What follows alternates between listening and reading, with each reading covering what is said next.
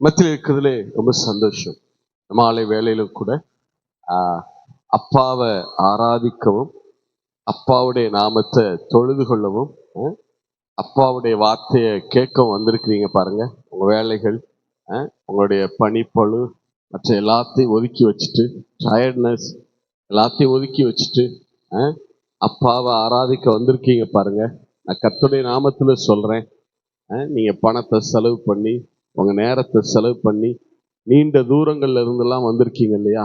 நான் கர்த்தருடைய நாமத்துல சொல்றேன், அப்பா உங்களை பன்மடங்காய் பழுகி பெருக பண்ணுவாராக. இந்த வருஷம் உங்களுக்கு பழுக்கத்தின் பெருக்கத்தின் வருஷமா இருப்பதாக.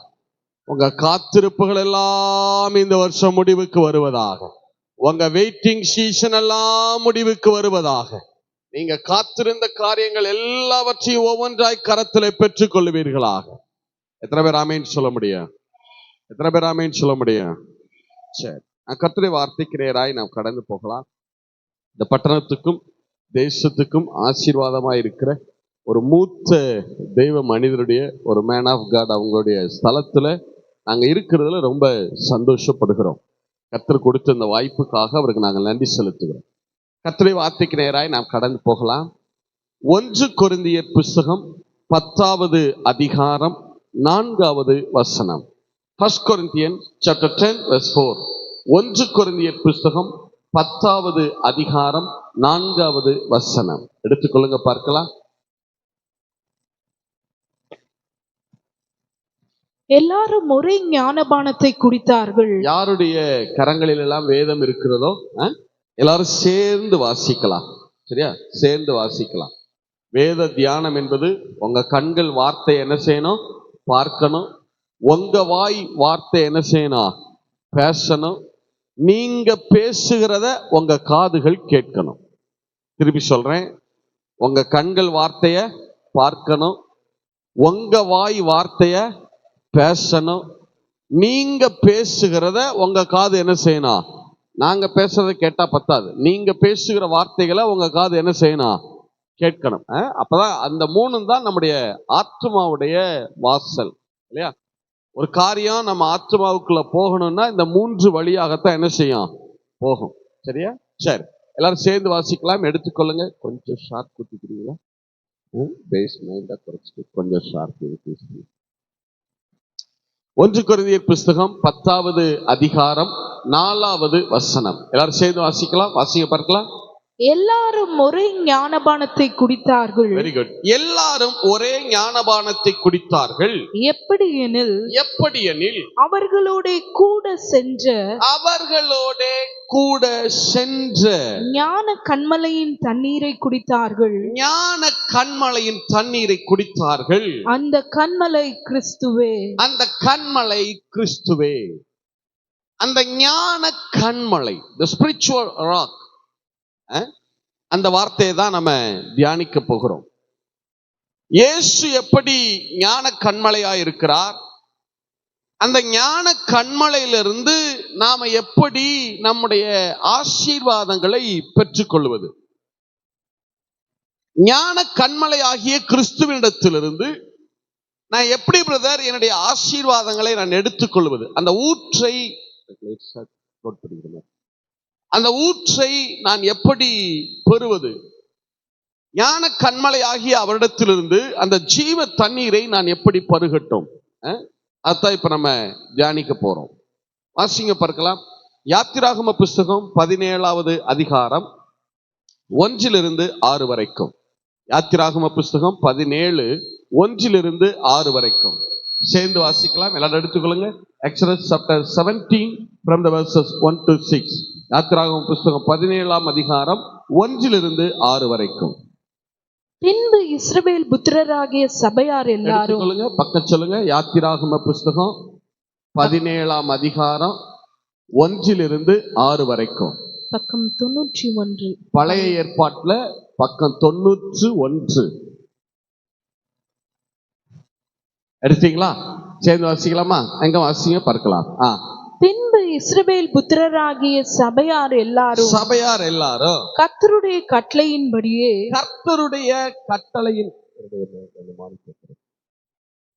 திரும்ப பழைய மாதிரி வைங்க, ஒண்ணுமே கேட்கல. Praise father. சரி, சேர்ந்து வாசிங்க பார்க்கலாம். பின்பு இஸ்ரவேல் புத்திரராகிய சபையார் எல்லாரும் கர்த்தருடைய கட்டளையின்படியே சீன் வனாந்தரத்திலிருந்து புறப்பட்டு பிரயாணம் பண்ணி ரெவித்தீமிலே வந்து பாளையம் இறங்கினார்கள். அங்கே ஜனங்களுக்கு குடிக்க தண்ணீர் இல்லாதிருந்தது. அப்பொழுது ஜனங்கள் மோசேயோடே வாதாடி, நாங்கள் குடிக்கிறதற்கு எங்களுக்கு தண்ணீர் தர வேண்டும் என்றார்கள். அதற்கு மோசே, என்னோட ஏன் வாதாடுகிறீர்கள்? கர்த்தரை ஏன் பரீட்சை பார்க்கிறீர்கள் என்றான். ஜனங்கள் அவ்விடத்திலே தண்ணீர் தமனமாய் இருந்தபடியால் அவர்கள் மோசேக்கு விரோதமாய் முறுமுறுத்து, நீர் எங்களையும் எங்கள் பிள்ளைகளையும் எங்கள் ஆடு மாடுகளையும் தண்ணீர் தவனத்தினால் கொன்று போட எங்களை எகிப்திலிருந்து ஏன் கொண்டு வந்தீர் என்றார்கள். மோசே கர்த்தரை நோக்கி கூப்பிட்டு, இந்த ஜனங்களுக்கு நான் என்ன செய்வேன்? இவர்கள் என் மேல் கல்லறிய பார்க்கிறார்களே என்றான். அப்பொழுது கர்த்தர் மோசேயை நோக்கி, நீ இஸ்ரவேல் மூப்பரில் சிலரை உன்னோடே கூட்டிக் கொண்டு நீ நதியை அடித்த உன் கோலை உன் கையிலே பிடித்துக்கொண்டு ஜனங்களுக்கு முன்னே நடந்து போ. அங்கே ஓரேபிலே நான் உனக்கு முன்பாக கன்மலையின் மேல் நிற்பேன். நீ அந்த கன்மலையை அடி. அப்பொழுது ஜனங்கள் குடிக்க அதிலிருந்து தண்ணீர் புறப்படும் என்றார். அப்படியே மோசே இஸ்ரவேல் மூப்பரின் கண்களுக்கு முன்பாக செய்தான். சரி,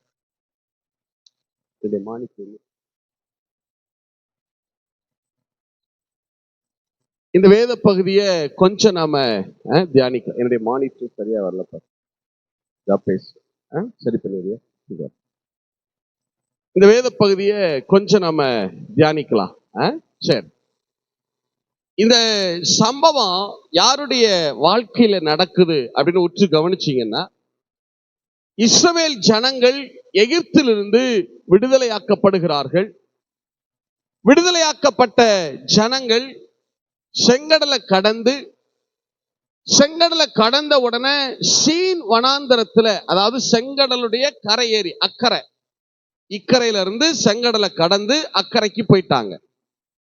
அக்கறைக்கு போன உடனே இருக்கிற அந்த இடம் தான் சீன் வனாந்தரம்.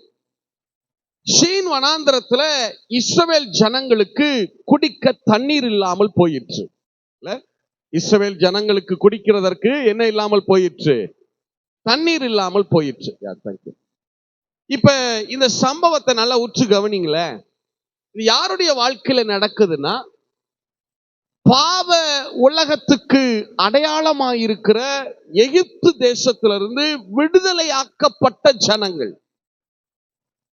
எகிப்து தேசம் பாவ உலகத்துக்கு அடையாளமா இருக்கு இல்ல, அடிமைத்தன வீடாகிய எகிப்து தேசம்னு வேதம் சொல்லுது. அப்ப இந்த சம்பவம் யாருடைய வாழ்க்கையில நடக்கிறது என்று சொன்னால், ரட்சிக்கப்பட்ட ஜனங்களுடைய வாழ்க்கையில நடக்குது. சரியா? அப்ப இந்த பாடத்தை கர்த்தர் முதலாவது யாருக்கு கற்றுக் கொடுக்கிறார்னா, ரட்சிக்கப்பட்ட ஜனங்களுக்கு. அதாவது எகிப்து தேசத்திலிருந்து விடுதலை ஆயிட்டாங்க, செங்கடலை கடக்குறாங்க. செங்கடலை கடப்பது எதற்கு அடையாளமா இருக்கு? அது ஞான ஸ்நானத்திற்கு அடையாளமாக இருக்கிறது இல்லையா? அப்ப இஸ்ரவேல் ஜனங்கள், ரட்சிக்கப்பட்ட ஜனங்கள், ஞான ஸ்நானம் எடுத்த ஜனங்கள் இப்ப கானானை நோக்கி பயணம் செய்யறாங்க. அவர்களுடைய வாழ்க்கையில இந்த சம்பவம் நடக்குது. என்ன சம்பவம்?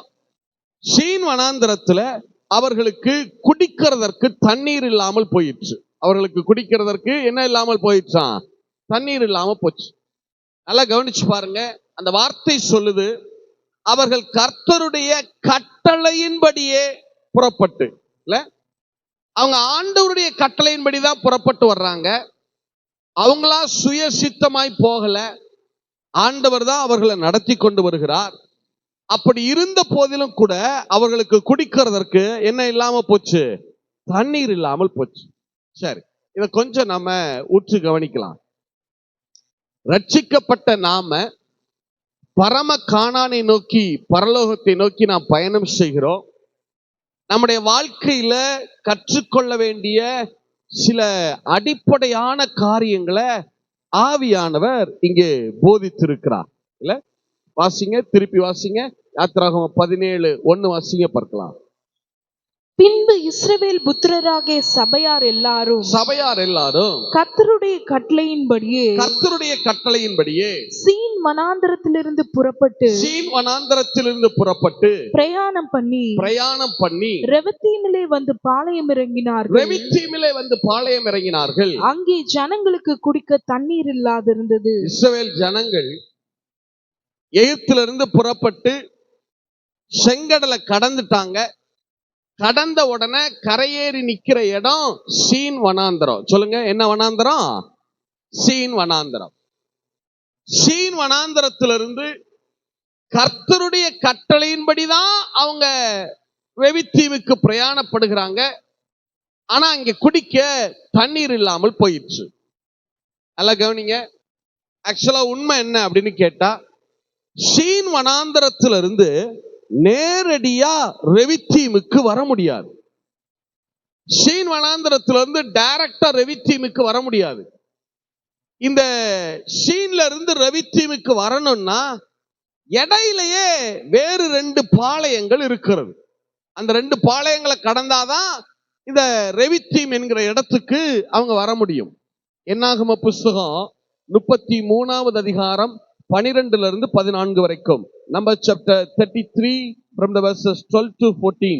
என்னாகம புஸ்தகம் 33வது அதிகாரம் 12 to 14 வரைக்கும். சீன் வனாந்தரத்திலிருந்து புறப்பட்டு போய் தொப்காவிலே பாளையம் இறங்கினார்கள். தொப்காவிலிருந்து புறப்பட்டு போய் ஆலூசிலே பாளையம் இறங்கினார்கள். ஆலூசிலிருந்து புறப்பட்டு போய் ரெவித்தீமிலே பாளையம் இறங்கினார்கள். அங்கே ஜனங்களுக்கு குடிக்க தண்ணீர் இல்லாதிருந்தது. அப்ப சீன்ல இருந்து வரணும்னா, ரெவித்தீமுக்கு வரணும்னா இடையில 2 பாளையங்கள் இருக்கு. ஒன்னு தொப்கா, இன்னொன்னு ஆலூஸ். சொல்லுங்க பார்க்கலாம். ஒன்னு என்ன? தொப்கா. இன்னொரு பாளையத்துக்கு என்ன பேரு? ஆலூஸ். அநேக பேர் சொல்லாம இருக்கீங்க, திருப்பி சொல்லுங்க பார்க்கலாம். ஒரு இடையில இருக்கிற அந்த 2 பாளையம், ஒன்னு என்ன? தொப்கா. சொல்லுங்க பார்க்கலாம். ஒன்னு என்ன? தொப்கா. Very good. அடுத்த பாளையத்துக்கு என்ன பேரு? ஆலூஸ். இத கொஞ்சம் உற்று கவனிங்களே. சீன்ல இருந்து பயணம் பண்றாங்க, தொப்கா அப்படிங்கிற இடத்துக்கு வர்றாங்க. தொப்கா அப்படின்னா என்ன அர்த்தம்னா, எபிரேய பாஷையில தொப்கா அப்படின்னா என்ன அர்த்தம்னா, மிருக ஜீவன்களை ஓட்டி செல்லுதல், மிருக ஜீவன்களை நடத்தி செல்லுவது.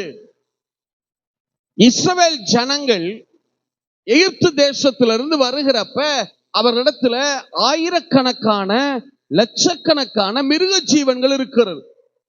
அந்த மிருக ஜீவன்களை நடத்தி கொண்டு ஓட்டி கொண்டுதான் அவங்க வர்றாங்க, இல்லையா? அதைத்தான் இந்த வார்த்தை சொல்லுகிறது. தொப்கா அப்படின்னா மிருக ஜீவன்களை நடத்தி கொண்டு போவது, கேட்டில் டிரைவிங். நம்ம சொல்றோம்ல, ஆடு மாடுகளை மேய்த்து கொண்டு போறாங்கன்னு சொல்லுவோம் இல்லையா? அதைத்தான் எபிரேய பாஷையில சொன்னா தொப்கா அப்படின்னு சொல்லுவாங்க. தொப்கான்னா மிருக ஜீவன்களை நடத்தி கொண்டு போவது. சொல்லுங்க, தொப்கான்னா என்ன அர்த்தம்? எதை நடத்தி கொண்டு போவது? மிருக ஜீவன்களை நடத்தி கொண்டு போவது. இப்ப இஸ்ரவேல் ஜனங்கள் தொப்கா என்கிற இடத்துக்கு வர்றாங்க. மிருக ஜீவன்கள்லாம் ஏராளமாய் அவர்கள் நடத்தி கொண்டு வர்றாங்க. சரி, அடுத்த பாளையம் ஆலூஸ். சொல்லுங்க பார்க்கலாம். அடுத்த பாளையம் என்ன? ஆலூஸ்.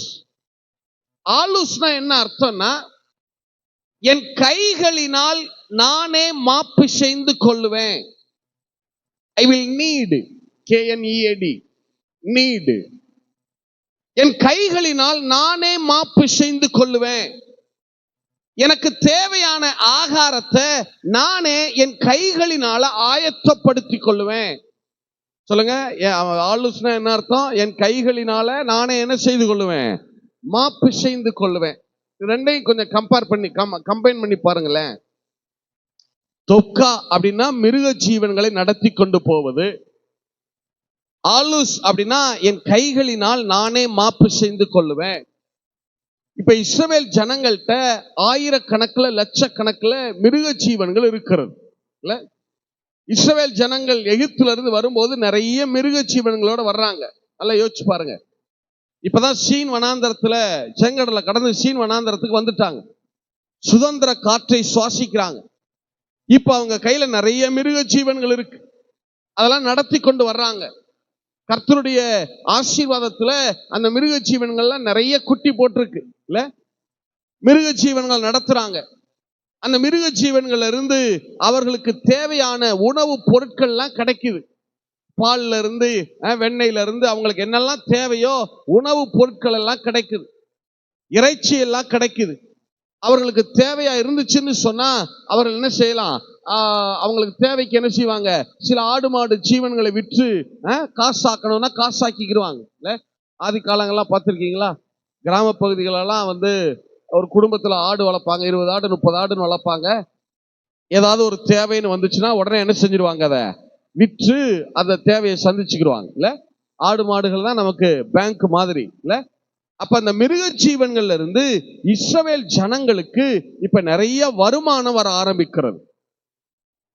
இஸ்ரவேல் ஜனங்கள் இப்ப என்ன நினைக்கிறாங்க? அப்பா, எகிப்துல இருந்து விடுதலை ஆயிட்டோம். நம்ம கையில ஆயிரக்கணக்கில் மிருக ஜீவன்கள் இருக்கிறது.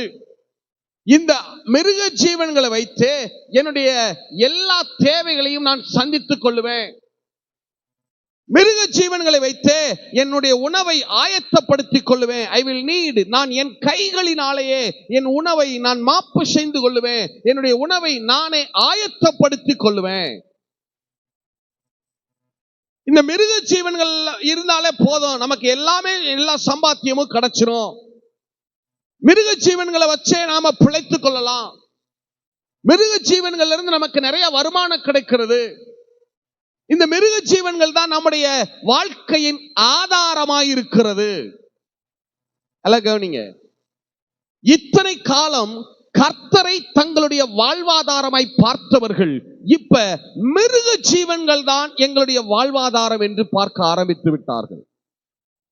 இதுவரைக்கும் கர்த்தர் தான் எனக்கு எல்லாம் அப்படின்னு நினைச்சவங்க இப்ப கொஞ்சம் அவர்களிடத்துல சில வருமானம் வர ஆரம்பித்த உடனே, சில காரியங்கள் உண்டாக ஆரம்பிச்ச உடனே இப்ப அவங்களுடைய கண்கள்லாம் கர்த்தர் தான் வாழ்வாதாரம்னு சொன்னவங்க இப்ப எதை வச்சே நான் பிழைத்துக் கொள்ளுவேன்?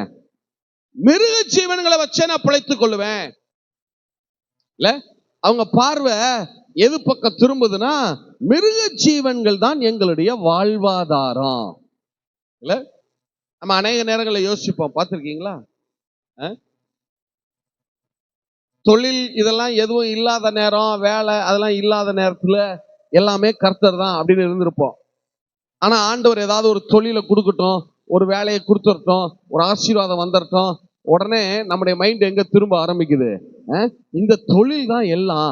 பிரதர், ஆண்டவர் கொடுத்த தொழில் தானே பிரதர், கர்த்தர் தானே பிரதர் கொடுத்தாரு. தொழிலை நம்ம தானே பிரதர் ஞானமா பார்த்துக்கிறணும். கர்த்தருக்கு கொடுக்க வேண்டிய முக்கியத்துவத்தை வேறு காரியங்களுக்கு கொடுக்க ஆரம்பிக்கிறது. தொழில் தான் என்னுடைய வாழ்வாதாரம்னு பார்க்கிறது. நான் பார்க்கிற வேலை தான் என்னுடைய வாழ்வாதாரம், அதுதான் என்னுடைய லைஃப் சோர்ஸ், அதை வச்சுதான் என்னுடைய வாழ்க்கையே இருக்கிறது அப்படிங்கிற மாதிரி யோசிக்கிறது இல்ல. நல்லா யோசிப்பா. அதாவது கர்த்தரையும் கம்ப்ளீட்டா விட்டுற மாட்டோம். நம்ம ரொம்ப தெளிவான ஆட்கள் பாருங்க. 100% என் தொழில் தான் எல்லாம்னு சொல்ல மாட்டோம். யாரையும் கொஞ்சம் இழுத்து வச்சுக்கிறது. ஒரு 20% 10% யாருக்கும் கொடுக்கறது. 10% கர்த்தருக்கு கொடுத்துட்டு 10% முக்கியத்துவத்துல ஒரு 10% கர்த்தர் கர்த்தர் தான் பிரதர், ஆண்டவர் தான் பிரதர், அவர் தான் பிரதர் கொடுத்தாரு பிரதர், நம்ம தானே பிரதர் ஞானமா பிரதர் எல்லாம் பார்த்துக்கணும்ல பிரதர். கர்த்தரையும் இழுத்து வச்சுக்கிடுவோம். கம்ப்ளீட்டா இல்லைன்னு சொல்லிட மாட்டோம். கம்ப்ளீட்டா இந்த தொழில் தாங்க எனக்கு எல்லாம் அப்படின்னு சொல்ல மாட்டோம். அது மறுதளிக்கிற மாதிரி ஆயிரும்ல. அதெல்லாம் ரொம்ப கவனமா இருப்போம் இல்ல. அதாவது 100% தொழிலை நம்புற ஆளுகள் இருக்காங்கல்ல, அவங்கள கூட ஈஸியா கண்டுபிடிச்சு போடலாம். ஆனா கர்த்தரையும் ஒரு பக்கம் இழுத்து வச்சுக்கிட்டு ஊருகா மாதிரி இழுத்து வச்சுக்கிறது.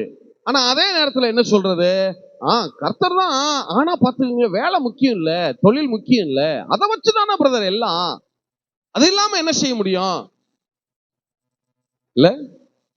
இத்தனை காலம் கர்த்தர் தான் எனக்கு எல்லாம்னு சொன்னவங்க இப்ப எதை வாழ்வாதாரமாய் பார்க்க ஆரம்பிக்கிறாங்க? மிருக ஜீவன்களை வாழ்வாதாரமாய் பார்க்க ஆரம்பிக்கிறாங்க. யோசிச்சு பாருங்க, எத்தனை நேரங்கள்ல கர்த்தருக்கு கொடுக்க வேண்டிய முக்கியத்துவத்தை, ஆராதனைக்கு கொடுக்க வேண்டிய முக்கியத்துவத்தை, தேவனுடைய வார்த்தையை கேட்கறத விட்டுட்டு, ஆராதிக்கிறதெல்லாம் விட்டுட்டு, எத்தனை நேரங்கள்ல மற்ற காரியங்களுக்கு, மனிதர்களுக்கு எவ்வளவு நேரங்கள்ல நான் முக்கியத்துவம் கொடுத்திருப்போம் இல்ல. இஸ்ரவேல் ஜனங்கள் உண்மை என்ன தெரியுமா, இஸ்ரவேல் ஜனங்களுக்கு குடிக்கிறதுக்கு தண்ணி இல்லாமலாம் போகல. ஆக்சுவலா அவங்களுக்கு தண்ணி இருந்துச்சு. இங்க பிரச்சனை, இஸ்ரவேல் ஜனங்களுக்கு தண்ணி இல்லாம போகல, அவங்க ஆடு மாடு. வாசிங்களேன், ஏசாயா புஸ்தகம் 48:21 வாசிங்க. ஐசியா சாப்டர் 48:21, ஏசாயா புஸ்தகம் 48:21. அவர் அவர்களை வனாந்தரங்களில் நடத்தும் போது அவர்களுக்கு தாக விடாய்த்து இருந்தது இல்லை. இஸ்ரவேல் ஜனங்களை ஆண்டவர் வனாந்தரத்துல நடத்தும் போது அவர்களை தாகமா விட்டது கிடையாது. இங்க இஸ்ரவேல் ஜனங்களுக்கு எல்லாம் தண்ணி இல்லாம போகல, ஜனங்களுக்கு தண்ணி இருந்துச்சு. அவங்க துருத்திகள்ல சில நாட்களுக்கு தேவையான தண்ணி இருந்துச்சு. எதுக்கு மட்டும்தான் தண்ணி இல்லைன்னா, மிருக ஜீவன்களுக்கு தான் இப்ப தண்ணி இல்லை. ஏன்னா அவங்க அதை சேர்த்து சொல்றாங்க பாருங்க, எங்களுக்கு தண்ணி இல்லைன்னு மட்டும் அவங்க சொல்லல. அவங்க சொல்லும் போது எப்படி சொல்றாங்க பாருங்க. யாத்திராகமம் 17ஆம் அதிகாரம் 3வது வசனமா 2வது வசனமா? 3வது வசனம். ஜனங்கள் அவ்விடத்திலே தண்ணீர் தவனமாய் இருந்தபடியால் அவர்கள் மோசேக்கு விரோதமாய் முறுமுறுத்து, நீர் எங்களையும் எங்கள் பிள்ளைகளையும் எங்கள் ஆடு மாடுகளையும் தண்ணீர் தவனத்தினால் கொன்று போட எங்களை எகிப்திலிருந்து ஏன் கொண்டு வந்தீர் என்றார். எங்களுக்கும் எங்க பிள்ளைங்களுக்கு தண்ணி இல்லைன்னு அவங்க சொல்லல. அவங்க எதை சேர்த்து சொல்றாங்க பாருங்க, எங்களுக்கும் எங்க பிள்ளைங்களுக்கும் அடுத்து எதையும் சேர்த்து சொல்றாங்க. அவங்க ஆடு மாடுகள், எங்க மிருக ஜீவன்களை கொண்டு போட கூட்டிட்டு வந்தீங்களா இல்ல. உண்மையில என்னன்னா, இஸ்ரவேல் ஜனங்களுக்கு தண்ணி இல்லாமல் இல்ல, அவங்களுடைய துருத்திகள்ல ஒரு சில நாளுக்கு தேவையான தண்ணி இருந்துச்சு. ஆனா இப்ப பிரச்சனை என்னன்னா, மிருக ஜீவன்களுக்கு தான் தண்ணி இல்லை. ஏன் மிருக ஜீவன்களுக்கு தண்ணி இல்லாம போச்சு? இத்தனை காலம் கர்த்தர் தான் என்னுடைய வாழ்வாதாரம்னு சொன்னவங்க இப்ப மிருக ஜீவன்கள் தான் எங்களுடைய வாழ்வாதாரம்னு சொல்ல ஆரம்பிச்சாங்க பாருங்க. அப்படி நினைக்க ஆரம்பிச்சாங்க பாருங்க, ஆட்டோமேட்டிக்கா அங்க பிரச்சனை ஆரம்பிச்சிருச்சு. அல்ல கவனிங்க, கர்த்தர் சொல்லல, கர்த்தர் தண்ணி இல்லாம போட்டோம், என்னைய விட்டுட்டு மிருக ஜீவன்கள் பின்னாடியா போற, போ உனக்கு தண்ணி இல்லாம போட்டோம் அப்படிலாம் கர்த்தர் சொல்லல. கர்த்தர் நல்லவர், அவர் நன்மை செய்கிறவராகவே இருக்கிறார். எத்தனை பேர் ஆமீன் சொல்ல முடியும்? அவர் சொல்லல. இது வேதத்தினுடைய நியதி, இயற்கை நியதி. இது கர்த்தரை வைக்க வேண்டிய இடத்துல வேற எந்த காரியத்தை வைத்தாலும், வேறு எந்த நபர்களை வைத்தாலும் ஆட்டோமேட்டிக்கா அங்க பிரச்சனை ஆரம்பிச்சிடும். இத தேவன் தான் உடனே தண்ணி இல்லாம போட்டு உனக்கு அப்படிலாம் கர்த்தர் சொல்லல. இது வேதத்தினுடைய நியதி, இயற்கை நியதி. எந்த ஒரு மனுஷி கர்த்தரை வைக்க வேண்டிய இடத்துல வேற யார வச்சாலும், எதை வச்சாலும் ஆட்டோமேட்டிக்கா அங்க பிரச்சனை ஆரம்பிச்சு. யோசிச்சு பாருங்களேன், எத்தனை நேரங்கள்ல கர்த்தரை பிளேஸ் பண்ண வேண்டிய இடத்துல நம்முடைய தொழில, நம்முடைய வேலையை, நம்முடைய ஊழியத்தை எத்தனை நேரங்கள்ல அவைகளை பிளேஸ் பண்ணிருப்போம். பிரதர் இந்த தொழில் இல்லைன்னா அவ்வளவுதான் பிரதர், அப்படியே நினைக்கிறீங்க? பிரதர் இந்த ஊழியத்தை வச்சுதான் பிரதர் எனக்கு எல்லாம், இந்த ஊழியம் மட்டும் இல்லைன்னா அவ்வளவுதான், ஏன் அப்படி நினைக்கிறீங்க? சில பேர் பார்த்திருக்கீங்களா, பிரதர் ரொம்ப எனக்காக நீங்க பிரதர் ஜெபிச்சுக்கிறீங்க பிரதர், என்கிட்ட பிரதர் ஒரு லேண்ட் இருக்கு பிரதர், அந்த லேண்ட் மட்டும் வித்துருச்சு எல்லா பிரச்சனையும் சால்வ் ஆயிரும் பிரதர். ஏன் அப்படி நினைக்கிறீங்க? அதனாலதான் அது விற்கவே மாட்டேங்குது. நீங்க என்ன நினைக்கிறீங்கன்னா, அந்த லேண்ட் தான் என்னுடைய வாழ்வாதாரம், அதுக்குள்ளதான் என்னுடைய பிரச்சனைகளுக்கான எல்லா தீர்வும் இருக்கிறது. எனக்கு பிரதர் அந்த அரசாங்க வேலைக்காக நான் எழுதிட்டு இருக்கேன் பிரதர், அந்த வேலை மட்டும் கிடைச்சிருச்சுன்னா எல்லாம் சரியாயிரும் பிரதர். ஏன் உங்க வேலையை உங்களுடைய வாழ்வாதாரமாய் பார்க்கிறீங்க? பிரதர் இந்த இந்த இந்த இந்த நபர் இருக்காங்களே பிரதர், அவங்க தான் பிரதர் எங்களுக்கு ரொம்ப கர்த்தர் கொடுத்தாரு பிரதர், கர்த்தர் நல்ல ஒரு மனுஷன் எங்களுக்கு கொடுத்துருக்காரு பிரதர், நல்ல ஹெல்ப் பண்ணாரு பிரதர், எங்களுக்காக உயிரை கூட கொடுப்பாரு பிரதர். கொஞ்ச நாள்ல பாருங்க உயிரை எடுப்பாரு. இல்ல, நல்லா கவனிங்க. இதெல்லாம் அதாவது ஆண்டவர் உங்களை ஆசீர்வதிக்க உங்க தொழிலை பயன்படுத்தலாம், வேலையை பயன்படுத்தலாம், அல்லது ஒரு நபரை பயன்படுத்தலாம். அதெல்லாம் ஆசீர்வாதத்திற்கான ஒரு வாய்க்கால் தான். அது ஆசீர்வாத ஊற்றல்ல, கர்த்தர் தான் ஆசீர்வாத ஊற்றாக இருக்கிறார். எத்தனை பேர் ஆமேன்னு சொல்ல முடியும்? ஆசீர்வாத ஊற்று கர்த்தரிடத்திலிருந்து தான் புறப்படுகிறது. எத்தனை பேர் ஆமேன்னு சொல்ல முடியும்? அந்த தொழில் இருந்தாலும் உங்களை ஆசீர்வதிக்க முடியும், அது இல்லைனாலும் உங்களை ஆசீர்வதிக்க முடியும். அந்த நபர் இருந்தாலும் ஆசீர்வதிப்பாரு, இல்லைனாலும் ஆசீர்வதிப்பாரு. வேலை இருந்தாலும் போஷிப்பாரு, இல்லைனாலும் போஷிப்பாரு. எத்தனை பேர் ஆமேன்னு சொல்ல முடியும்? எத்தனை பேர் ஆமேன்னு சொல்ல முடியும்? அப்ப உங்க கண்களை முதலாவது கர்த்தர் மேல பதிய வைங்க. இஸ்ரவேல் ஜனங்களுக்கு கர்த்தர் கற்றுக் கொடுக்கிற முதல் பாடம் அதான். எகிப்திலிருந்து வெளியே வந்துட்டாங்க, சீன் வனாந்தரத்துக்கு வந்துட்டாங்க, சுதந்திர காற்று சுவாசிக்கிறாங்க. அவங்களுக்கு கர்த்தர் கற்றுக் கொடுக்கிற முதல் பாடம் என்னன்னா, உன்னுடைய வாழ்வாதாரம் நான் தான்.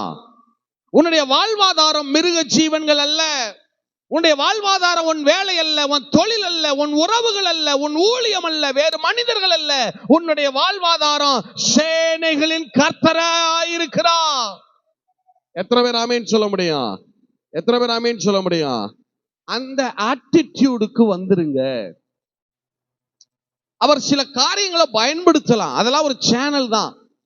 உடனே நீங்க அது இல்லைன்னா என் வாழ்க்கையே இல்லை நினைக்காதீங்க. இல்ல, அப்படி நினைக்காதீங்க. தாவீதுட்ட எனக்கு ரொம்ப பிடிச்சது என்னன்னா, நீர் என் நம்பிக்கைன்னு சொல்ல மாட்டான் எப்போதுமே, நீரே என் நம்பிக்கை. இல்ல, நீர் என் கோட்டைன்னு சொல்ல மாட்டான், நீரே என் கோட்டை. எத்தனை பேர் ஆமேன்னு சொல்ல முடியும்? எத்தனை பேர் ஆமேன்னு சொல்ல முடியும்? உங்க கண்களை கர்த்தர் மேல பதிய வைங்க. உங்க கண்களை வேற காரியங்கள் மேல பதிய வச்சிடாது. அதை வச்சீங்கன்னா ஆட்டோமேட்டிக்கா அங்க பிரச்சனை ஆரம்பிச்சிடும். இது தவிர்க்கவே முடியாது. சில பேர் என்ன நினைக்கிறாங்கன்னா, பிரதர் ஆண்டவரை விட்டு நான் கொஞ்சம் விலகிட்டேன் பிரதர். சரி, ஆண்டவர் அடிய போட்டாரு பிரதர், அவர் அடிச்சுமா நீ உயிரோட இருக்க? பரவாயில்லையே. ஆண்டவர் உங்களை அடிக்கல, ஆண்டவர் உங்க தொழிலை கெடுக்கல, அது கெட்டு போட்டோம் நஷ்டமா போட்டோம் அப்படிலாம் அவர் நினைக்கல. அவர் நினைக்கிறவரும் அல்ல, கர்த்தர் நல்லவரும் நன்மை செய்கிறவருமாய் இருக்கிறார். எத்தனை பேர் ஆமேன்னு சொல்ல முடியும்? அவரிடத்துல தீமையின் நிழலாகிலும் இல்லை. எத்தனை பேர் ஆமேன்னு சொல்ல முடியும்? இது வேதத்தினுடைய நியதி, இயற்கை நியதி. இது கர்த்தரை வைக்க வேண்டிய இடத்துல நீங்க வேற எதை வச்சாலும், வேற யாரை வச்சாலும் ஆட்டோமேட்டிக்கா அங்க என்ன ஆரம்பிச்சிடும்? பிரச்சனை ஆரம்பிச்சிடும். சோ முதலாவது நீங்களும் நாளும் கற்றுக்கொள்ள வேண்டிய காரியம் இதுல என்னாலும், ஏன்னா நம்முடைய மைண்ட கொஞ்சம் கொஞ்சமா சத்துரு அப்படியே மூவ் பண்ணுவான். இல்ல, கர்த்தர் தான் என்னுடைய வாழ்வாதாரம் அப்படிங்கிற இடத்துல இருந்து நம்மள அப்படியே மைல்ட, நமக்கே தெரியாது நம்ம கர்த்தரை வாழ்வாதாரமா பார்க்காம வேற காரியத்தை பார்க்கிறோம் அப்படிங்கிறது நமக்கே என்ன செய்யாது, தெரியாத அளவு மைல்டா நம்மள மூவ் பண்ணுவான். அதனால அப்பப்ப உங்களை நீங்களே சோதிச்சுக்கிறீங்க. நான் கர்த்தரை வாழ்வாதாரமா பாக்குறேனா, இல்ல என் லேண்டை வச்சு, என் வீட்டை வச்சு, தொழிலை வச்சு பிரச்சனையை முடிச்சிடலாம், அந்த லேண்டை வித்து பிரச்சனையை முடிச்சிடலாம், இந்த காரியத்தை செஞ்சு பிரச்சனை முடிச்சிடலாம். பிரதர் எனக்கு பிரதர் அந்த கேஸ் மட்டும் ஜெயிச்சிருச்சுன்னா என் எல்லா பிரச்சனையும் முடிஞ்சிடும் பிரதர். ஒரு பிரச்சனையும் முடியாது. இல்ல, ஏன் நிறைய நேரங்கள்ல பிரச்சனைகள் நீண்டு கொண்டே போகுது அப்படின்னா என்ன அர்த்தம்? ஏன் முடிவுக்கே வரமாட்டேங்குது தெரியுமா? ஏன்னா அவங்க அந்த பிரச்சனைக்கான வழியாக வேற ஏதோ ஒரு காரியத்தை யோசிக்கிறாங்க. அந்த காரியத்தை செஞ்சு கர்த்தர் எனக்கு இதை முடிச்சு கொடுக்கட்டும் அப்படின்னு நினைக்கிறாங்க.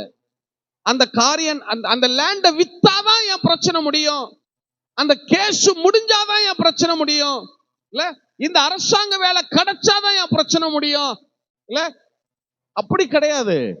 அது இருக்கோ இல்லையோ, வேலை கிடைக்குதோ கிடைக்கலையோ, அந்த கேஸ் முடியுதோ முடியலையோ, உங்க லேண்ட் விக்குதோ இல்லையோ, உங்களுடைய எல்லா பிரச்சனைகளுக்கும் அவர் தீர்வாக இருக்கிறார். எத்தனை பேர் ஆமேன்னு சொல்ல முடியும்? எத்தனை பேர் ஆமேன்னு சொல்ல முடியும்? இல்ல அந்த பார்வை, அந்த ஆட்டிடியூட் இருக்கணும், அந்த ஃபெய்த் இருக்கணும். அப்ப இஸ்ரவேல் ஜனங்கள் இத்தனை காலம் கர்த்தரை வாழ்வாதாரமை பார்த்தவர்கள் இப்ப எதை பார்க்க ஆரம்பிச்சுட்டாங்க? மிருக ஜீவன்களை வாழ்வாதாரமா பார்த்துட்டாங்க. அதனாலதான் அவர்கள் மிருக ஜீவன்களுக்கு என்ன இல்லாம போச்சு? குடிக்கிறதற்கு என்ன இல்லாம போச்சு? முதல்ல மிருக ஜீவன்களுக்கு தண்ணி இல்லாம போச்சு. அதோட சேர்த்து அடுத்து இவர்களுக்கு என்ன இல்லாம போக ஆரம்பிக்குது? இப்ப தண்ணி இல்லாம போக ஆரம்பிக்குது. தண்ணீர் தவணமாக ஆரம்பிக்கிறாங்க. உடனே என்ன செய்ய ஆரம்பிச்சுட்டாங்க? கத்த ஆரம்பிச்சுட்டாங்க. இப்ப மிருக ஜீவன்களுக்கு தான் தண்ணி இல்லாம போச்சு. துருத்தியில ரெண்டு பாட்டில் 2 துருத்தி தண்ணி இருக்குன்னு பார்த்தேன். இப்ப அதுவும் காலியா போயிட்டு இருக்கு. தண்ணி தாகமா இருக்கு அப்படின்னு என்ன செய்ய ஆரம்பிச்சுட்டாங்க. இப்ப ஜனங்கள் என்ன செய்யறாங்க? கத்துறாங்க. அப்பதான் கர்த்தர் சொல்றாரு, இஸ்ரவேல் ஜனங்களே நினைவுல வச்சுக்கிறங்க, உங்களுடைய வாழ்வாதாரம் மிருக ஜீவன்கள் அல்ல, மனிதர்கள் அல்ல, தொழில் அல்ல, வேற எந்த காரியமும் அல்ல. உங்களுடைய வாழ்வாதாரம் கர்த்தராகிய நான் தான். எத்தனை பேர் ஆமேன்னு சொல்ல முடியும்? சரி, அப்ப இஸ்ரவேலர்களுக்கு ஆண்டவர் மோசேயின் மூலமா ஒரு பாடத்தை கற்றுக் கொடுக்கிறார். முதல் காரியம் நீங்க நினைவுல வச்சுக்கிறீங்க, நான் தான் உங்களுடைய வாழ்வாதாரம். எத்தனை பேர் ஆமேன்னு சொல்ல முடியும்? எத்தனை பேர் ஆமேன்னு சொல்ல முடியும்? சரி, இப்ப இஸ்ரவேல் ஜனங்களுக்கு மிருக ஜீவன்களுக்கு குடிக்க தண்ணி இல்லையா? இப்ப அவங்களுக்கு தண்ணி கொடுக்கணும். ஆண்டவர் மோசே கூப்பிடுறார், மோசே இஸ்ரவேல் ஜனங்கள்கிட்ட சொல்லிட்டியா, நான் தான் அவர்களுடைய வாழ்வாதாரம்னு சொல்லிட்டியா? ஆண்டவரே சொல்லிட்டேன். இனிமே ஜனங்கள் உங்களை விட்டுட்டு வேற எதையும் யோசிக்க மாட்டாங்க, நீங்க தான் அவர்களுடைய வாழ்வாதாரம். வேற எதையும் தங்களுடைய வாழ்வாதாரமா என்ன செய்ய மாட்டாங்க, அவங்க பார்க்க மாட்டாங்க. ஆண்டவரே சொல்லிட்டேன். சரி, ரைட், ஓகே. இப்ப இஸ்ரவேல் ஜனங்களுக்கு தண்ணி கொடுக்கணும் இல்லையா? சரி, நீ இப்ப என்ன செய்யற? வாசிங்க 5வது வசனமா? 5வது வசனம், யாத்திராகமம் 17:5. அப்பொழுது கர்த்தர் மோசேயை நோக்கி நீ இஸ்ரவேல் மூப்பரில் சிலரை உன்னோடே கூட்டிக் கொண்டு. இஸ்ரவேல் மூப்பரில் சிலரை உன்னோடே கூட்டிக் கொண்டு. எல்லாரையும் கூட்டிட்டு போக சொல்லல, ஜனங்கள் எல்லாரையும் கூட்டிட்டு போக சொல்லல, யாரை மட்டும்தான் கூட்டிட்டு போக சொல்றாரு? இஸ்ரவேல் மூப்பர்ல சிலரை உன்னோட கூட்டிக் கொண்டு. நீ நதியை அடித்த உன் கோலை உன் கையிலே பிடித்து கொண்டு ஜனங்களுக்கு முன்னே நடந்து போ. அங்கே ஓரேபிலே நான் உனக்கு முன்பாக கன்மலையின் மேல் நிற்பேன். நீ அந்த கன்மலையை அடி, அப்பொழுது ஜனங்கள் குடிக்க அதிலிருந்து தண்ணீர் புறப்படும் என்றார். அப்படியே மோசே இஸ்ரவேல் மூப்பரின் கண்களுக்கு முன்பாக செய்தான். இப்ப ஆண்டவர் மோசேக்கு சொல்றார், மோசே இஸ்ரவேல் மூப்பர்ல சில பேரை உன்னோட கூட்டிக்கிறியா? ஆண்டவர் அழைச்சிட்டேன். சரி, நீ எகிப்து தேசத்துல நைல் நதி அடிச்சு இல்ல, அந்த கோலை எடுத்துட்டு வா. நதியை அடித்த உன்னுடைய கோலை எடுத்துட்டு வா. எகிப்து தேசத்துல நைல் நதி அடிச்சு இல்ல, அந்த கோலை எடுத்துட்டு வா அப்படின்னு சொல்றார். ஏன் அப்படி சொல்றாரு? அதை மென்ஷன் பண்ணி சொல்றார். நதியை அடித்த உன் கோலை எடுத்துக்கொண்டு வா அப்படின்னு சொல்றார். ஏன் அப்படி சொல்றாரு? எகிப்து தேசத்துல மோசே அந்த நைல் நதியை அடிச்சப்ப என்ன நடந்துச்சு? வாசிங்க, யாத்திராகம புஸ்தகம் 7வது அதிகாரம் 20-21. Exodus chapter 7 verses 20 and 21. யாத்திராகம புஸ்தகம் 7ஆம் அதிகாரம் 20-21. கர்த்தர் கட்டளையிட்டபடி மோசேயும் ஆரோனும் செய்தார்கள். பார்வோனுடைய கண்களுக்கு முன்பாகவும் அவன் ஊழியக்காரரின் கண்களுக்கு முன்பாகவும் கோலை ஓங்கி நதியில் உள்ள தண்ணீரை அடிக்க நதியில் உள்ள தண்ணீர் எல்லாம் இரத்தமாய் மாறி போயிற்று. நதியின் மீன்கள் செத்து நதி நாறி போயிற்று. நதியின் தண்ணீரை குடிக்க எகிப்தியருக்கு கூடாமற் போயிற்று. எகிப்து தேசம் எங்கும் இரத்தமாய் இருந்தது. இப்ப நல்ல கவனி, மோசே இஸ்ரவேல் தேசத்துல எகிப்து தேசத்துல அந்த நைல் நதியை அடிச்சப்ப நைல் நதியினுடைய தண்ணீர் ரத்தமாய் மாறி ஜனங்களால என்ன செய்ய முடியாமல் போயிற்றான்? குடிக்க கூடாது. சொல்லுங்க, என்ன செய்யாமல் போயிற்று? குடிக்க முடியாமல் போயிடுச்சு, குடிக்க கூடாமல் போயிடுச்சு. இல்ல, இப்ப நல்லா கவனிங்களேன். இப்ப ஆண்டவர் மோசேட்ட சொல்றாரு, மோசே இஸ்ரவேல் அந்த எகிப்து தேசத்துல நைல் நதி அடிச்சுல அந்த கோலை எடுத்துட்டு வா. ஏன் அதை எடுத்துட்டு வர சொல்றாருன்னா, இஸ்ரவேல் ஜனங்கள் மோசே கையில இருக்கிற அந்த கோலை பார்க்கிற பார்வை இருக்கு பாருங்க, அதை எப்படி பார்க்கறாங்கன்னா நெகட்டிவாவே பார்க்கறாங்க, எதிர்மறையாகவே பார்க்கறாங்க. அந்த கோலை இஸ்ரவேல் ஜனங்கள் மோசே கையில வச்சிருக்காரு பாருங்க, அந்த கோல், அதை பார்க்கிற பார்வையே எப்படி இருக்குன்னா எதிர்மறையாவே பார்க்கறாங்க, நெகட்டிவாவே பார்க்கறாங்க. அங்க பாருப்பா, மோசே கையில வச்சிருக்காரு பாரு கோலு, பயங்கரமான கோலு, அதை வச்சு அடிச்சா நைல் நதியே தண்ணிய ரத்தமா போச்சு, குடிக்க முடியாம போச்சு. அதை எடுத்து அடிக்கிறாரு பூமியில, பேணு வருது, வண்டு வருது, கல்மலை, வானத்துக்கு நேரா நீட் தவளை வருது, வானத்துக்கு நேரா நீட்டுனா கல்மலை விழுகுது, காரிருள் வருது. பயங்கரமான கோலா இருக்கப்பா, டெரிபிளான கோலா இருக்கப்பா.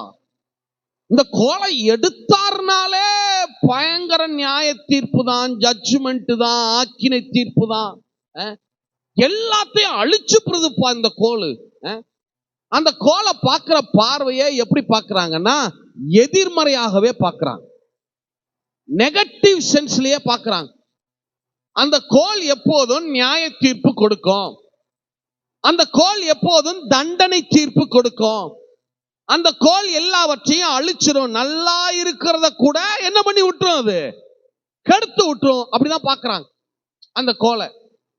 அப்பதான் ஆண்டவர் சொல்றார் மோசேட்ட, மோசே இந்த முதல்ல சொல்லிட்டியா, இஸ்ரவேல் ஜனங்களுக்கு சொல்லிட்டியா, நான் தான் வாழ்வாதாரம்னு சொல்லிட்டியா? சொல்லிட்டேன் ஆண்டவரே. அடுத்து இந்த நதியை அடிச்சு இல்ல கோலு, அதை எடுத்துட்டு வா. அதை இவன் பார்க்கிற பார்வையே எப்படிதான் இருக்குன்னா நெகட்டிவாவே பார்க்கறான், எதிர்மறையாகவே பார்க்கறான். இல்ல, அந்த கோல் எதை அடையாளப்படுத்துகிறது? மோசே கையில வச்சிருக்கிற கோல் எதை அடையாளப்படுத்துகிறது? வாசிங்க ஏசாயா புஸ்தகம் 11:4 வாசிங்க. ஐசியா சாப்டர் 11:4, ஏசாயா 11:4. நீதியின்படி ஏழைகளை நியாயம் விசாரித்து யதார்த்தத்தின்படி பூமியில் உள்ள சிறுமையானவர்களுக்கு தீர்ப்பு செய்து பூமியை தமது வாக்கின் கோலால் அடித்து, தமிழ்ல பூமியை தமது வாக்கின் கோலால் அடித்துன்னு இருக்கு, வாக்கின் கோலால் இருக்கு. அதையே நீங்க பொது மொழிபெயர்ப்புல வாசிச்சீங்கன்னா, இன்னொரு மொழிபெயர்ப்புல வாசிச்சீங்கன்னா, நேர்மையோடு ஏழைகளுக்கு நீதி வழங்குவார், நீதி வழங்குவார், நடுநிலையோடு நாட்டின் எளியோரது வழக்கை விசாரிப்பார், வார்த்தை என்னும் கோலினால், வார்த்தை என்னும் கோலினால்.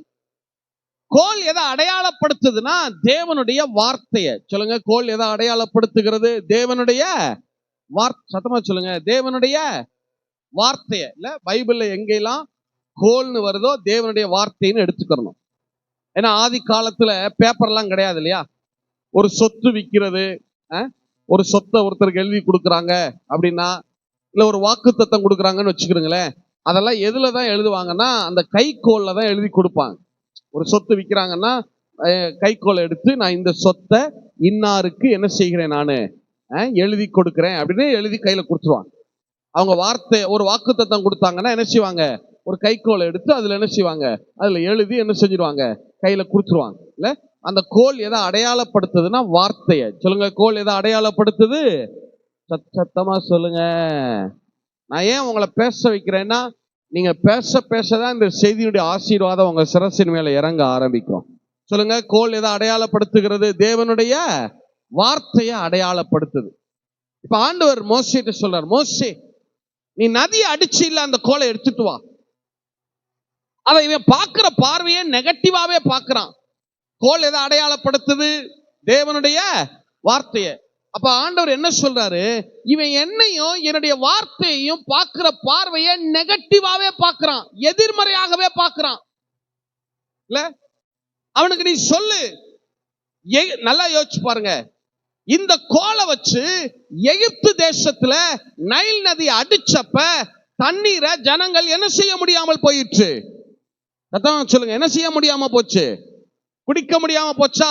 ஆனா அதே கோலை வச்சு மோசே கன்மலையை அடித்த போது அதிலிருந்து இஸ்ரவேலர்களுக்கு தண்ணீரை புறப்பட பண்ணினா. எத்தனை பேர் ஆமென் சொல்ல முடியும்? ஒரே கோல் ரெண்டு விதமா வேலை செய்யுது. ஒரே கோல் தான் ரெண்டு விதமா வேலை செய்யுது. எகிப்து தேசத்துல, அதாவது விசுவாசியாத ஜனங்கள், கர்த்தரை ஏற்றுக்கொள்ளாத விசுவாசியாத ஜனங்களுடைய வாழ்க்கையில ஒரு விதமா வேலை செய்து, விசுவாசிக்கிற இஸ்ரவேலர்களுக்கு ஒரு விதமாய் வேலை செய்கிறது. இல்ல, விசுவாசியாத, கர்த்தரை விசுவாசியாத எகிப்தியர்களுடைய தண்ணீரை குடிக்க முடியாமல் செய்கிறது. அவர்களுடைய வாட்டர் சோர்ஸையே இல்லாமல் பண்ணுகிறது. ஆனால் விசுவாசிக்கிற ஜனங்களுக்கு கண்மலையிலிருந்து ஒரு புதிய வாட்டர் சோர்ஸை உருவாக்கி கொடுக்கிறது. எத்தனை பேர் ஆமென் சொல்ல முடியும்? அப்ப ரெண்டு விதமாய் அது வேலை செய்யுது. அப்பதான் ஆண்டவர் மோசேட்ட சொல்றார், மோசே, இந்த இஸ்ரவேல் ஜனங்கள்ட்ட சொல்லு, இவன் எப்ப பார்த்தாலும் என்னைய பார்க்கிற பார்வையை எதிர்மறையாவே பார்க்கிறான். என்னையும் என்னுடைய வார்த்தையும் இவன் எப்படி பார்க்கறான் தெரியுமா? ஆண்டவர் நியாய தீர்ப்பு கொடுத்துருவாரு, அழிச்சிருவாரு, அடிச்சிருவாரு, தண்டிச்சிருவாரு, கொன்னுருவாரு. எப்ப பார்த்தாலும் இவன் என்னைய பார்க்கிற பார்வையை எப்படிதான் இருக்கு? நெகட்டிவாவே பார்க்கறான். அவன்கிட்ட சொல்லு, நானும் என்னுடைய வார்த்தையும் விசுவாசியாத ஜனங்களுக்குத்தான் ஆக்கினை தீர்ப்பை கொடுக்கும். ஆனா விசுவாசிக்கிற உங்களுக்கோ விலையேற பெற்ற நன்மைகளை செய்யும். எத்தனை பேர் ஆமென் சொல்ல முடியும்? எத்தனை பேர் ஆமென் சொல்ல முடியும்? இந்த வித்தியாசத்தை முதல்ல புரிந்து கொள்ளணும். அப்ப கர்த்தர் அடிக்கிறவர் இல்லையா பிரதர்? தண்டிச்சதே இல்லையா? பைபிள்ல நிறைய இடத்துல போட்டிருக்க, தண்டிக்கலையா? அவர் நியாய தீர்ப்பு கொடுக்கலையா? ஏன் இஸ்ரவேலர்களே கூட அவர் தண்டிக்கலையா? கண்டிப்பா செஞ்சிருக்கார், இல்லைன்னு சொல்லல. யாருக்கு செஞ்சார்? வாசிங்க 1 பேதுரு 2:6 வாசிங்க. 1 Peter chapter 2:6. 1 பேதுரு 2:6. 1 பேதுரு 2:6. அந்தபடியே இதோ தெரிந்து கொள்ளப்பட்டதும் விலையேற பெற்றதுமாயிருக்கிற மூலைக்கல்லை சீயோனில் வைக்கிறேன். அதன் மேல் விசுவாசமாய் இருக்கிறவன் வெட்கப்படுவது இல்லை என்று வேதத்தில் சொல்லி இருக்கிறது. ஆகையால் விசுவாசிக்கிற உங்களுக்கு, சொல்லுங்க, யாருக்கு? விசுவாசிக்கிற, சத்தமா சொல்லுங்க, யாருக்கா? உங்களுக்கு. என்ன செய்கிற ஜனங்களுக்கு? விசுவாசிக்கிற நமக்கு அது விலையேற பெற்ற நன்மைகளை செய்கிறதோ, கீழ்ப்படியாமல் இருக்கிறவர்களுக்கோ. அப்படின்னா என்ன அர்த்தம்? விசுவாசியாத ஜனங்களுக்கோ. முன்னாடி சொல்றாரு விசுவாசிக்கிற உங்களுக்கு விலையேற பெற்றதை செய்து. அடுத்து கீழ்ப்படியாதவர்களுக்கு. அப்படின்னா என்ன அர்த்தம்? என்ன செய்யாத ஜனங்களுக்கு? விசுவாசிக்காத ஜனங்களுக்கோ. வீடை கட்டுகிறவர்களால் தள்ளப்பட்ட பிரதான மூலைக்கல்லாகிய அந்த கல் இடறுதலுக்கு ஏதுவான கல்லும் விழுதற்கு ஏதுவான கண்மலையும் ஆயிற்று. விசுவாசிக்கிற உங்களுக்கு அவர் விலையேறப்பட்ட நன்மைகளை செய்கிறவராயிருக்கிறார். விசுவாசியாத ஜனங்கள் மேலதான் ஆக்கினை தீர்ப்பை கொண்டு வருகிறார். எத்தனை பேர் ஆமென் சொல்ல முடியும்? அது யாரா இருந்தாலும் சரி, அது இஸ்ரவேலர்களோ புறஜாதி யாரா வேணா இருக்கட்டும், விசுவாசிக்கிற ஜனங்களுக்கு அவர் விலையேற பெற்ற நன்மைகளை செய்கிறவர். எத்தனை பேர் ஆமென் சொல்ல முடியும்? விசுவாசத்தினால நீதிமான் என்ன செய்வானா? பிழைப்பான். இன்னொரு மொழிபெயர்ப்புல இருக்கு, விசுவாசத்தினாலே நீதிமான் வாழ்வடைவான். பிழைப்பான்னா கூட ஏதோ பிழைச்சுக்கிறோம் அப்படிங்கிற அர்த்தம் இல்ல, வாழ்வடைவான். சொல்லுங்க, என்ன அடைவான்? வாழ்வு பெறுவான். எத்தனை பேர் ஆமென் சொல்ல முடியும்? அப்ப இந்த வித்தியாசத்தை வழங்கிக்கிறோம். சில பேர் பார்த்திருக்கீங்களா, அவ்வளவு வாக்குத்தத்தம் இருக்கும், அது எதுவுமே கண்ணில் படாது. தேடி தேடி எதை வாசிப்பாங்க தெரியுமா? கர்த்தர் எங்க அடிச்சார், உதைச்சார், எங்க துரத்தினார், எங்க காணாம போச்சு, எல்லாம் இல்லாம போச்சு, எங்க நஷ்டம் வந்துச்சு, தேடி தேடியே பார்ப்பாங்க. பார்த்திருக்கீங்களா? அதுதான் ஆண்டவர் சொன்னார் இஸ்ரவேலர்களுக்கு, இங்க பாருப்பா மோசே, அவங்ககிட்ட சொல்லு, எப்ப பார்த்தாலும் நீ கையில வச்சிருக்க அந்த தேவனுடைய வார்த்தைக்கு அடையாளமான அந்த கோல் இருக்கு பாரு, அதை எப்படியா பாக்குறான்? இவன் நெகட்டிவாவே பாக்குறான், எதிர்மறையாவே பாக்குறான். அவன்கிட்ட சொல்லு, என்னை கொஞ்சம் நல்லவராய் பார்க்க சொல்லு. எத்தனை பேர் ஆமென் சொல்ல முடியும்? அவர் கெட்டவர், ஆனா நல்லவரா பாருங்கன்னு சொல்லல, உண்மையாகவே அவர் நல்லவராகவே இருக்கிறார். கர்த்தரை போல நல்லவர் ஒருவரும் இல்ல. எத்தனை பேர் ஆமென் சொல்ல முடியும்? அவர் நல்லவரும் நன்மை செய்கிறவருமாயிருக்கிறார். அவர் நன்மை செய்கிறவராகவே சுற்றி திரிந்தார். எத்தனை பேர் ஆமென் சொல்ல முடியும்? கர்த்தர் நல்லவரும் நன்மை செய்கிறவர். சில பேர் நல்ல ஆளா இருப்பாங்க, ஆனா நன்மை செய்ய மாட்டாங்க. பாத்திருக்கீங்களா? நான் யாருக்கு என்ன கெடுதல் செஞ்சேன், நான் யாருக்குமே கெடுதல செஞ்சது கிடையாது தெரியுமா? ஆமா, உண்மைதான், நீ நல்ல ஆளு தான், ஆனா நன்மை செய்யற ஆள் இல்ல. நீ கெடுதலும் செய்யல, அடுத்து அதே நேரம் என்னவும் செய்யல, நன்மையும் செய்யல. நல்ல ஆளு, ஆனா என்ன செய்யற ஆள் இல்ல, நன்மை செய்யற ஆள் இல்ல. சில பேர் நன்மை செய்வாங்க, ஆனா நல்ல ஆளா இருக்க மாட்டாங்க. பாத்திருக்கீங்களா? அவன் செய்யற ஒவ்வொரு நன்மைக்கும் ஒரு உள் நோக்கம் இருக்கும், ஒரு பர்சனல் அஜெண்டா வச்சு காரியம் செய்வான் இல்ல. நல்லது செய்வான், ஆனா என்ன ஆள் இல்ல, அவன் நல்லவன் கிடையாது இல்ல. ஆனா கர்த்தர் ஒருவர் தான் நல்லவரும் நன்மை செய்கிறவருமாய் இருக்கிறார். எத்தனை பேர் ஆமேன்னு சொல்றீங்க? அப்ப ஆண்டவர் சொல்றாரு, என்னை கொஞ்சம் நல்லவராய் பார்க்க சொல்லு. நல்லா கவனிங்கள, நீங்க கர்த்தர் உங்களுக்கு நன்மை செய்கிறவர், அவர் நல்லவராகவே இருக்கிறார், அவர் மேல நான் விசுவாசம் வச்சிருக்கிறேன், அவர் எனக்கு நன்மைதான் செய்வார் அப்படிங்கிற பார்வை உங்களுக்கு இல்லைன்னா எப்படி நீங்க அவர்கிட்ட இருந்து நன்மையை பெற முடியும்னு நினைக்கிறீங்க? இல்ல, யோசிச்சு பாருங்களேன். இப்ப நீங்க இருக்கிறீங்க, என்னை நல்ல ஆளா பார்த்தாதானே நான் சொல்றதை நீங்க செய்வீங்க, என்கிட்ட வர முடியும். என்னை ரொம்ப அப்படியே ஒரு டெரரான ஆளா பாக்குறீங்க, அவராங்க அவருக்கு ரொம்ப கடினமான ஆளுங்க, அவர்கிட்டலாம் போயெல்லாம் காரியம் ஆகாதுங்க, அப்படித்தானே நினைப்போம் இல்ல. அப்ப விசுவாசம் எப்போ ஊற்றெடுக்கும்? வசனம் சொல்லுது இல்ல, உண்மைதானே? விசுவாசம் எப்போ ஊற்றெடுக்கும்? கர்த்தரை நல்லவராய் பாருங்க, அவர் உங்களுக்கு நன்மை செய்கிறார் இல்ல. விசுவாசிக்கிற உங்களுக்கு அவர் நன்மை செய்யதான் வகை தேடுகிறார். எத்தனை பேர் ஆமேன்னு சொல்ல முடியும்? நல்லா யோசிச்சு பாருங்க. இந்த நான்குநேரியில, இந்த சுற்று வட்டாரத்துல நீங்க தான் கர்த்தர் மேல விசுவாசம் வச்சிருக்கீங்க, நீங்க தான் ஆராதிக்கிறீங்க. விசுவாசிக்கிற உங்களையும் நியாயம் தீர்த்து தண்டனைக்குள்ளாக்கி விரட்டி விட்டுட்டு யாரை வச்சுதான் அவர் ராஜ்யத்தை கட்ட போறாருன்னு நினைக்கிறீங்க? விசுவாசியாத ஜனங்களை நடத்துகிற விதம் வேறு, விசுவாசிக்கிற உங்களை அவர் நடத்துகிற விதம் வேறு. எத்தனை பேர் ஆமேன்னு சொல்ல முடியும்? இந்த ரெண்டையும் போட்டு ஒன்னா குழப்பிக்கிற கூடாது. நீங்க பைபிள்ல எங்க வேணா எடுத்து பாருங்க, ஐ கேன் சேலஞ்ச், என்னால நிரூபித்து காட்ட முடியும். ஆண்டவர் சில இடங்களை தண்டித்து இருக்கிறாரா? கண்டிப்பாய். சில இடங்கள்ல அவர் தண்டனை தீர்ப்பை, ஆக்கினை தீர்ப்பை கொண்டு வந்திருக்காரா? கண்டிப்பாய். ஆனா அந்த இடத்துல எல்லாத்துலயும் நீங்க பாருங்க, அவர் மேல ஜனங்கள் என்ன வைக்காம விலகி இருப்பாங்க, விசுவாசியாமல் விலகி இருப்பாங்க.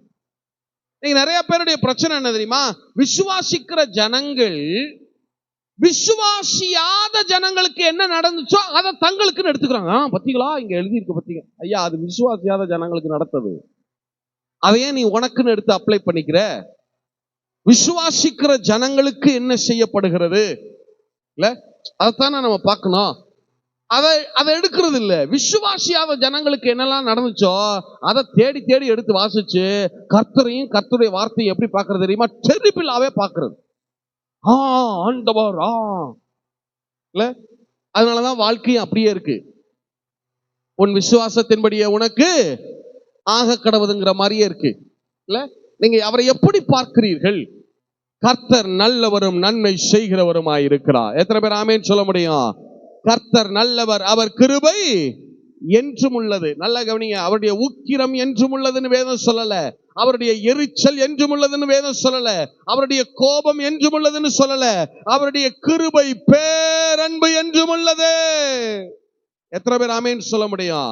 எத்தனை பேர் ஆமேன்னு சொல்ல முடியும்? அப்ப கர்த்தரை பார்க்கிற பார்வையை கொஞ்சம் மாற்றுங்க. முதல் காரியம், கர்த்தர் தான் நம்முடைய யாராக இருக்கிறார்? வாழ்வாதாரம். எத்தனை பேர் ஆமேன்னு சொல்ல முடியும்? சொல்லுங்க, கர்த்தர் தான் நம்முடைய வாழ்வாதாரம் இல்ல. அடுத்து கர்த்தரை நல்லவராய் பாருங்க. நெகட்டிவ் ஒரே கோல் ரெண்டு விதமா வேலை செய்யுது. இஸ்ரவேல் எகிப்து தேசத்துல தண்ணீரை குடிக்க முடியாமல் செய்கிறது, அதே கோல் இஸ்ரவேலர்களுக்கு தண்ணீரை புறப்பட பண்ணிற்று. எத்தனை பேர் ஆமேன்னு சொல்ல முடியும்? எத்தனை பேர் ஆமேன்னு சொல்ல முடியும்? இல்ல. அப்ப இந்த வார்த்தை ரெண்டு விதமாய் வேலை செய்யும். விசுவாசிக்கிற ஜனங்களுக்கு ஆக்கினை தீர்ப்பை கொண்டு வரும், அப்படிதான் வேதம் சொல்லுது. குமாரனை விசுவாசியாதவனோ ஆக்கினை தீர்ப்புக்கு உட்பட்டாயிற்று இல்ல. விசுவாசிக்கிற உங்களுக்கு நித்திய ஜீவன், விசுவாசியாத ஜனங்களுக்கு தான் ஆக்கினை தீர்ப்பு. எத்தனை பேர் ஆமேன்னு சொல்ல முடியும்? எத்தனை பேர் ஆமேன்னு சொல்ல முடியும்? அப்ப எங்கிட்டையும் சில குறைகள் இருக்கு. அந்த குறைகளை எல்லாம் நிவர்த்தி செய்து உங்களை கரைதிரை அற்றவர்களாய் அவருடைய சன்னிதானத்துல மிகுந்த மகிழ்ச்சியோட நிற்க பண்ணுகிறதற்கு தான் கர்த்தர் உங்களை சபைக்கு அழைத்து கொண்டு வந்திருக்கிறார். எத்தனை பேர் ஆமென் சொல்ல முடியும்? எத்தனை பேர் ஆமென் சொல்ல முடியும்? பரிசுத்தவான்கள் ஆகும்படி அழைக்கப்பட்டவர்களுக்கு எழுதுகிறதாவது. அப்படிதான் பவுல் எழுதுறார்.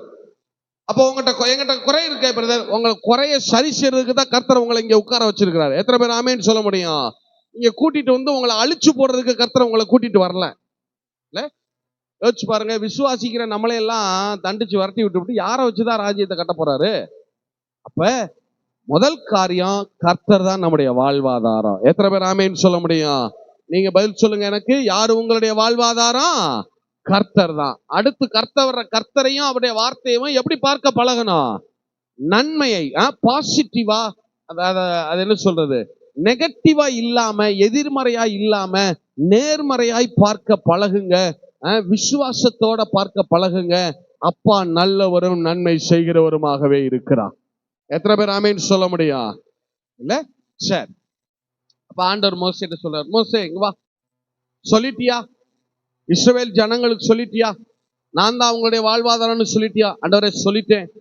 இனிமே ஜனங்கள் மிருக ஜீவன்கள் எல்லாம் வாழ்வாதாரமா பார்க்க மாட்டாங்க. தொழில் வேலை அதெல்லாம் வாழ்வாதாரமா அதெல்லாம் செய்வாங்க, அதெல்லாம் செய்யணும், வேலை செய்யணும், தொழிலை பார்க்கணும். ஆனா அதுதான் என்னுடைய எல்லாம்னு நினைக்க மாட்டேன். அந்த நினைப்பு எனக்கு வராது. என்னுடைய காரியம் எல்லாம் கர்த்தராலே ஆகிறது. எத்தனை பேர் ஆமென் சொல்ல முடியும்? இல்ல, சரி. அடுத்து என்னையும் என்னுடைய வார்த்தையும் கொஞ்சம் நன்மையாய் பார்க்க சொல்லிட்டியா? இவங்க அத தீமையாவே பார்த்துக்கிட்டு இருக்காங்க. உன் கையில இருக்கிற கோலை தெருவிலாவே பாக்குறாங்க, மாத்த சொல்லிட்டியா? ஆண்டவரே சொல்லிட்டேன். ஆண்டவரே உண்மைதானே? நல்லா யோசிச்சு பாருங்களேன். எகிப்து தேசத்துல தண்ணீர் அடிச்சப்ப தண்ணீர் குடிக்க முடியாம போச்சு. அதே நேரம் இஸ்ரவேல் ஜனங்களுக்கு பாறையிலிருந்து புறப்படாத ஒரு இடத்துல இருந்து தண்ணீரே வர வாய்ப்பு இல்லை. கண்மலை அது, ராக் அது, பாறை அது, அதுக்குள்ள இருந்து ஒரு ஜீவ ஊற்றை புறப்பட பண்ணிட்டு. எத்தனை பேர் ஆமென் சொல்ல முடியும்? யோசிச்சு பாருங்க, யோசிச்சு பாருங்க. ஒரு ஆளுக்கு அதுல ஒரு ஆளா தண்ணி குடிச்சாங்க? அதுல 100 பேர் 1000 பேர் தண்ணி குடிச்சாங்களா? லட்சக்கணக்கான ஜனங்கள் அதுல தண்ணி குடிச்சாங்க. எத்தனை பேர் ஆமென் சொல்ல முடியும்? எத்தனை பேர் ஆமென் சொல்ல முடியும்? அப்ப முதல் காரியம், கர்த்தரை உங்க வாழ்வாதாரமா பாருங்க. அவரை நல்லவராய் பார்க்க ஆரம்பிங்க. நான் கர்த்தருடைய நாமத்துல சொல்லுகிறேன், அவருடைய வார்த்தை உங்களுக்கு ஜீவ ஊற்றை புறப்பட பண்ண ஆரம்பிக்கும். ஜீவ ஆசீர்வாதங்களை புறப்பட பண்ண ஆரம்பிக்கும். அது உங்களுக்கு மட்டுமல்ல, லட்சக்கணக்கான ஜனங்கள் அதனாலே ஆசீர்வாதம் பெறுவார்கள். எத்தனை பேர் ஆமென் சொல்ல முடியும்? எத்தனை பேர் ஆமென் சொல்ல முடியும்? இல்ல, சரி. இப்ப கவனி. ஆண்டவர் மோசேட்ட சொல்றார், என்னப்பா சொல்லிட்டியா? 2 காரியத்தையும் சொல்லிட்டேன் ஆண்டவரே. இனிமே நீங்க தான் எங்களுடைய வாழ்வாதாரம். நாங்க இனிமே உங்களை பெருவிலான காடா பார்க்க போறது இல்லை. எங்களுக்கு நன்மை செய்கிறவராகவே உண்மை நாங்கள் பார்க்கிறோம்ப்பா சொல்லிட்டாங்களா? சரி. இப்ப நமக்கு ஒரு கேள்வி. மோசே போய் அந்த பாறைய என்ன பண்ணாரு? கோலை வச்சு என்ன செஞ்சாரு? அடிச்சாரு. அது என்ன கொடுத்துச்சு? சொல்லுங்க. தண்ணி குடிச்சா? தண்ணி குடிச்சா? இப்ப நான் எப்படி பிரதர் ஆசீர்வாதத்தை எடுக்கிறது? தேவனிடத்திலிருந்து நான் எப்படி ஆசீர்வாதத்தை வாங்குறது? Okay, right. கர்த்தர் தான் என்னுடைய வாழ்வாதாரம், நம்புறேன். இனிமே நான் வேற காரியத்தை நம்ப போறது இல்ல, மனிதர்களை நம்ப போறது இல்ல. அதாவது மனிதர்களை நம்ப போறது இல்லைன்னா என்ன அர்த்தம்னா, சேர்ந்து வாழலாம், சேர்ந்து வாழணும். உடனே என்ன செய்யக்கூடாது? யாருமே எனக்கு தேவையில்லைன்னு தூக்கி போட்டு போறது இல்லை. சேர்ந்து வாழணும். நாம் சேர்ந்து வாழதான் அழைக்கப்பட்டிருக்கிறோம். யாரையும் சார்ந்து வாழுவதற்கு கர்த்தர் நம்மளை அழைக்கல. எத்தனை பேர் ஆமென் சொல்ல முடியும்? நம்ம சேர்ந்து வாழணும், சேர்ந்து ஊழியம் செய்யணும். அதுக்காக யாரும் எனக்கு தேவையில்லை, கர்த்தர் தான் அப்படி சொல்லக்கூடாது. எந்த மனுஷனும் எனக்கு தேவை அப்படி சொல்லக்கூடாது. நாம் சேர்ந்து வாழணும். ஆனா நம்முடைய இருதயம் யாரையும் என்ன செஞ்சிடக்கூடாது? சார்ந்து வாழக்கூடாது. எத்தனை பேர் ஆமென் சொல்ல முடியும்? நம்ம இருதயம் யாரை தான் சார்ந்து இருக்கணும்? கர்த்தரை தான் சார்ந்து இருக்கணும். எத்தனை பேர் ஆமென் சொல்ல முடியும்? சரி, இப்ப கவனி. சரி, இப்ப ஆண்டவர் சொல்லிட்டாரா? இப்ப நீங்க கேட்கலாம், பிரதர் நான் எப்படி பிரதர் அந்த கண்மலை ஆகிய இயேசுவினிடத்திலிருந்து நான் எப்படி ஆசீர்வாதத்தை எடுக்கிறது? மோசே கொண்டு போய் கோலை வச்சு அடிச்சாரு, ரைட், ஓகே. நான் எப்படி ஆசீர்வாதத்தை எடுப்பது? வாசிங்க என்னாகம புஸ்தகம் 20வது அதிகாரம் 7-8 வசனங்கள். 7, 8, 8, 9. என்னாகும் 20வது அதிகாரம் 7, 8 வாசிக்கிறேன், சொல்றேன். பஸ்ல இருந்தே வாசிக்கலாமா? 1வது வசனம் 1ல இருந்தே வாசிங்க. என்னாகும் 20வது அதிகாரம் 1 வாசிங்க. 1வது வசனம் வாசிங்க. இஸ்ரவேல் புத்திரரின் சபையார் எல்லாரும் முதலாம் மாதத்தில் சீன் வனாந்தரத்திலே சேர்ந்து ஜனங்கள் காதேசிலே தங்கி இருக்கையில் மிரியாம் மரணமடைந்து அங்கே அடக்கம் பண்ணப்பட்டால் ஜனங்களுக்கு தண்ணீர் இல்லாதிருந்தது. இது என்ன வம்பா இருக்கு? மிரியாம் மரித்து அடக்கம் பண்ணப்பட்டால் ஜனங்களுக்கு குடிக்க என்ன இல்லையா? தண்ணீர் இல்லை. மிரியாம் மரிக்கிறதுக்கும் ஜனங்களுக்கு குடிக்க தண்ணி இல்லாம போறதுக்கு என்ன சம்பந்தம்? என்ன சம்பந்தம்னு சொல்றேன். இப்ப கவனிங்க. மோசேட்ட ஆண்டவர் சொன்னாரா, அந்த பாறையை போய் என்ன செய்யி, கோல்னால என்ன செய்யி அடின்னு சொன்னாரா? அடிச்ச உடனே அது என்ன கொடுத்துச்சு? தண்ணி கொடுத்துச்சா? தண்ணி கொடுத்துட்டு அந்த பாறை, தமிழ்ல கண்மலைன்னு இருக்கு, இங்கிலீஷ்ல ராக், அந்த கற்பாறை இஸ்ரவேல் ஜனங்களுக்கு பின்னாடியே அவங்க ஒவ்வொரு பாளையமா டிராவல் ஆகுறாங்களே, இந்த இடத்துல இருந்து 42 பாளையங்கள், மொத்தம் இந்த சீன்ல இருந்து கணக்கு பண்ணிக்கணும். சீன்ல இருந்து கணக்கு பண்ணா 40, அதுக்கு முன்னாடியே ஒரு 2 இருக்கு. இது இந்த 40 பாளையங்கள் இருக்கு பாருங்க. கிட்டத்தட்ட ரெவித்தீம்ல இருந்து கணக்கு பண்ணீங்கன்னா 38, 37 பாளையங்கள். இந்த அத்தனை பாளையங்கள்லையும் இஸ்ரவேல் ஜனங்கள் ஒவ்வொரு இடமா டிராவல் ஆகுறாங்க பாருங்க. அவங்க பின்னாடி இந்த பாறை உருண்டே போயிட்டே இருந்துச்சு அவங்களுக்கு தண்ணி கொடுக்க. இந்த கற்பாறை இஸ்ரவேல் ஜனங்களுக்கு பின்னாடி என்ன பண்ணிட்டே போகுது? அது அவங்களுக்கு தண்ணீர் கொடுப்பதற்கு அவங்க பின்னாடி என்ன செய்யுது? உருண்டு போய்கொண்டே இருக்கிறது.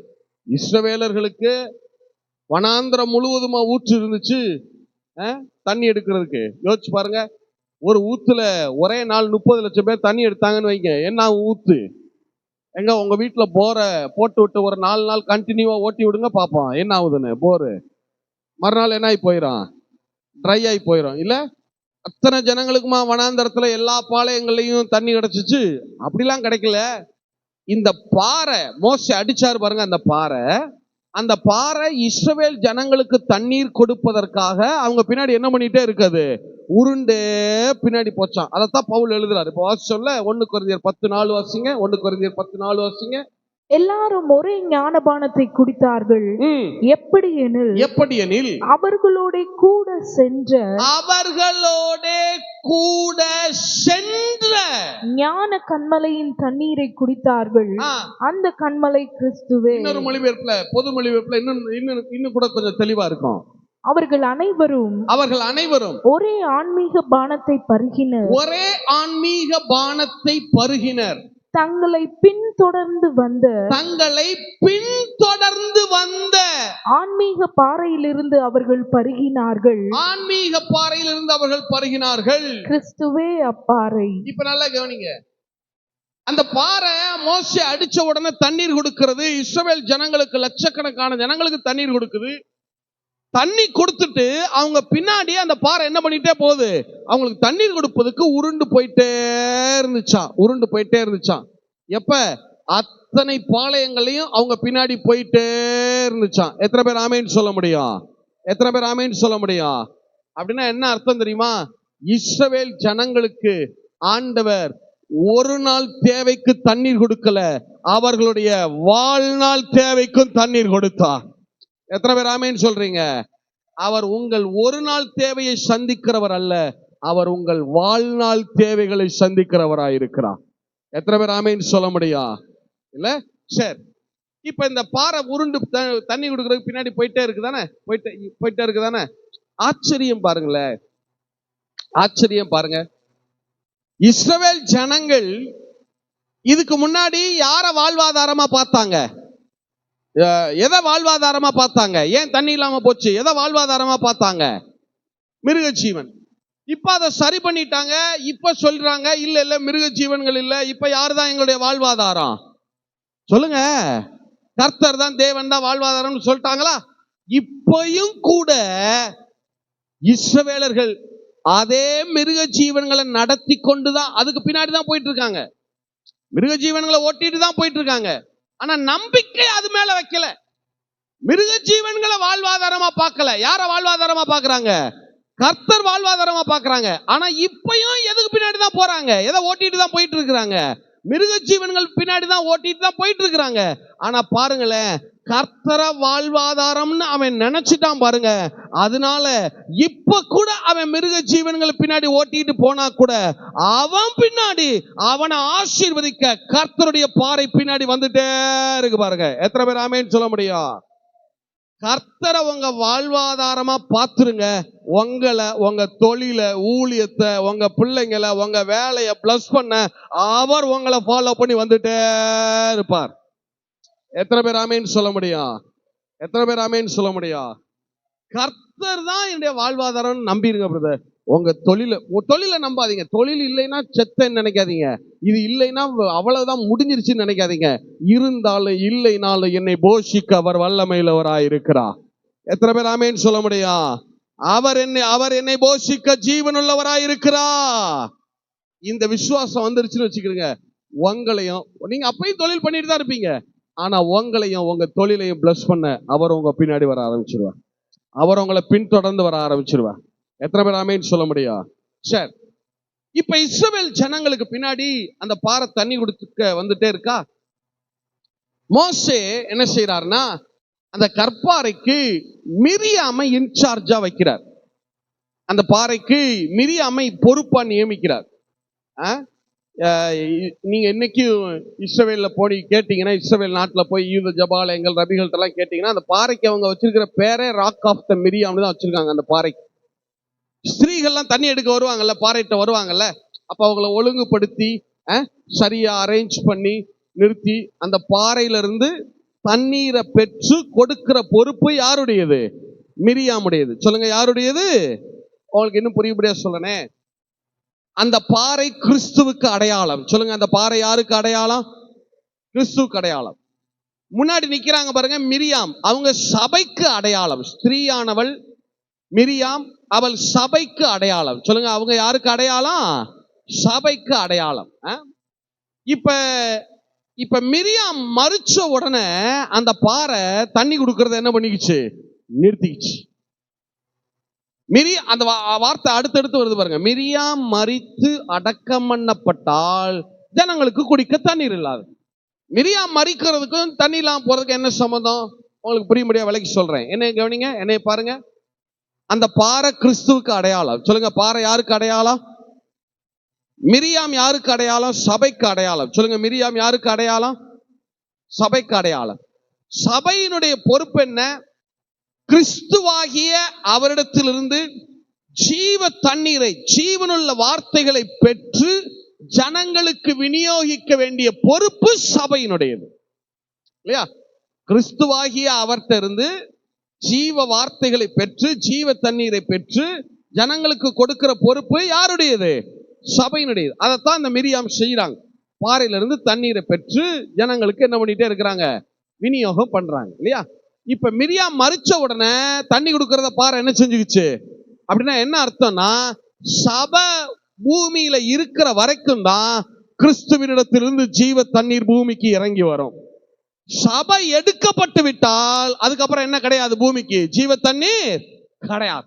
அதை சொல்றதுக்கு தான் இந்த சம்பவம் நடக்கும். சரியா? இப்ப கிறிஸ்துவாகிய கண்மலையிலிருந்து ஜீவ தண்ணீரை பெற்றுக் கொடுக்கணும்னா எது இருக்கணும்? பூமியில சபை இருக்கணும். இல்ல, சபையை விட்டுறக்கூடாது. சபையாய் கூடி வருவதை என்ன செஞ்சிடக்கூடாது? விட்டுறக்கூடாது. எத்தனை பேர் ஆமென் சொல்ல முடியும்? நிறைய பேர் என்ன நினைக்கிறாங்கன்னா, சபையா கூடி வர்றதுன்னா ஞாயிற்றுக்கிழமை மட்டும்தான் அப்படின்னு நினைக்கிறாங்க. கிடையாது. எப்பொழுதெல்லாம் கிறிஸ்துவுக்குள்ள சகோதரர்களா நீங்க ஒருமித்து கூடுறீங்களோ அது எல்லாமே சபை கூடுகை தான். எத்தனை பேர் ஆமென் சொல்ல முடியும்? அதனால எந்த கூடுகையும் மிஸ் பண்ணாதீங்க. ஃபாஸ்டிங் பிரேயர் மிஸ் பண்ணாதீங்க. பைபிள் ஸ்டடி மிஸ் பண்ணாதீங்க. எப்பொழுதெல்லாம் சபை கூடுகிறதோ, சகோதரர்களாய் கிறிஸ்துவுக்குள்ள நீங்க கூடுறீங்களோ அது எல்லாமே சபை தான். எத்தனை பேர் ஆமென் சொல்ல முடியும்? அதனால நீங்க எந்த கூடுகையும் என்ன பண்ணக்கூடாது? மிஸ் பண்ணக்கூடாது. சரியா? சரி, இப்ப கவனிங்க. மிரியாம் மரிச்ச உடனே பாறை தண்ணி கொடுக்கறத என்ன பண்ணிச்சு? நிறுத்திச்சு. இப்ப மோசேக்கு பயங்கர கோபம். என்ன, இத்தனை நாள் ஒழுங்கா தானே தண்ணி கொடுத்த, அது என்ன மிரியாம் மறிச்ச உடனே தண்ணி கொடுக்க மாட்டேற அப்படின்னு மோசேக்கு என்னது பயங்கரமான கோபம். இப்ப ஆண்டவர் மோசே சொல்றார், மோசே இங்க பாரு, இது ஒரு ரகசியத்தை சொல்றதுக்காக நான் பண்ணிட்டு இருக்கேன். அந்த பாறை கிறிஸ்துவுக்கு அடையாளம், இயேசுவுக்கு அடையாளம். முன்னாடி நிக்கிற மிரியாம் சபைக்கு அடையாளம். சபை பூமியில இருக்கிற வரைக்கும் தான் அந்த பாறையிலிருந்து ஜீவ தண்ணீர் உலகத்துக்கு கொடுக்கப்படும், சபைக்கு ஜனங்களுக்கு கொடுக்கப்படும். அந்த சபை மிரியாமாகி அந்த சபை எடுக்கப்பட்டு விட்டால் அதுக்கப்புறம் என்ன கிடையாது, பூமிக்கு ஜீவ தண்ணி கிடையாது. சரியா? இப்போ உனக்கு என்ன வேணும்? தண்ணி தானே வேணும். விடு, நான் தண்ணி எப்படி எடுக்கிறதுன்னு உனக்கு சொல்லி கொடுக்குறேன். சரியா? அந்த கண்மலையிலிருந்து ஆசீர்வாதத்தை, ஜீவ தண்ணீரை எப்படி எடுக்கிறதுன்னு சொல்லி கொடுக்குறேன் அப்படின்னு சொல்லி இப்ப சொல்றாரு. என்ன சொல்றாரு? வாசிங்க 7:8 வாசிங்க. என்னாக 20வது அதிகாரம் 7:8. கர்த்தர் மோசேயை நோக்கி நீ கோலை எடுத்துக்கொண்டு நீயும் உன் சகோதரனாகிய ஆரோனும் சபையாரை கூடி வர செய்து. யாரை கூடி வர செய்து? சபையார் எல்லாரையும் கூட்டிட்டு வா. நல்லா கவனிங்க. போன தடவை பாறை அடிக்க சொன்னப்ப யாரை மட்டும் தான் கூப்பிட்டாரு? மூப்பர்களை மட்டும் தான் கூப்பிட்டார். உண்மைதானா? நினைவு இருக்கா? ரெவித்தீம்ல பாறை அடிக்க சொன்னார்ல, அப்ப யாரை மட்டும் தான் அழைச்சிட்டு போக சொன்னாரு? மூப்பர்களை மட்டும் தான் அழைச்சிட்டு போக சொன்னாரு. ஆனா இங்க சொல்றாரு, எல்லாரையும் கூட்டிட்டு வா, சபையார் எல்லாரையும் கூப்பிடு. எல்லாருக்கும் தெரியணும், எல்லா விசுவாசிகளுக்கும் தெரியணும், கிறிஸ்துவாகி அந்த கண்மலையிலிருந்து எப்படி ஜீவ ஆசீர்வாதங்களை, ஜீவ தண்ணீரை எடுக்கிறதுன்னு எல்லாரும் தெரியணும், எல்லாரும் பார்க்கட்டும், எல்லாரையும் கூப்பிடு அப்படின்ட்டார். சபையார் எல்லாரையும் கூடி வர சொல்லு அப்படின்னு சொல்றாரு. வாசிங்க பார்க்கலாம். நீ கோலை எடுத்துக்கொண்டு நீயும் உன் சகோதரனாகிய ஆரோனும் சபையாரை கூடி வர செய்து அவர்கள் கண்களுக்கு முன்னே. சபையார் பார்க்கணும் என்ன நடக்குது, எப்படி செய்யணுங்கிறத பார்க்கணும். அவர்கள் கண்களுக்கு முன்பாக கண்மலையை பார்த்து பேசுங்கள். கண்மலையை பார்த்து பேசுங்கள். சொல்லுங்க, கண்மலையை பார்த்து என்ன செய்யுங்க? பேசுங்கள். அப்பொழுது அது தன்னிடத்தில் உள்ள தண்ணீரை கொடுக்கும். இப்படி நீ அவர்களுக்கு கண்மலையிலிருந்து தண்ணீர் புறப்பட பண்ணி சபையாருக்கும் அவர்கள் மிருகங்களுக்கும் குடிக்க கொடுப்பாய் என்றார். இப்ப நல்லா கவனிங்க. இப்ப ஆண்டவர் மோசே சொல்றார், மோசே முதல் காரியம் ஜனங்கள்கிட்ட சொல்லிரு, நான் தான் வாழ்வாதாரம்னு சொல்லிட்டியா? ஆமா ஆண்டவரே, நீங்க தான் வாழ்வாதாரம்.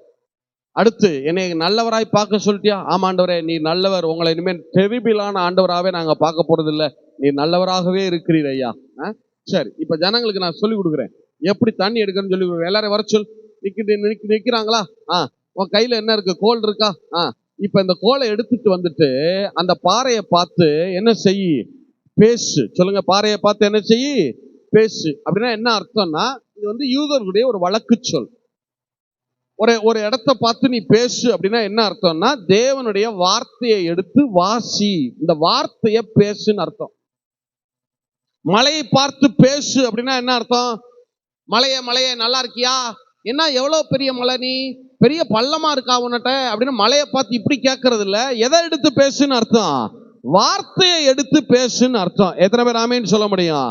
உங்களுக்கு புரிய முடியாது சொல்லணே. மோசே கையில இப்ப என்ன வச்சிருக்கிறாரு? கோல். சத்தமா சொல்லுங்க. மோசே கையில என்ன வச்சிருக்கிறாரு?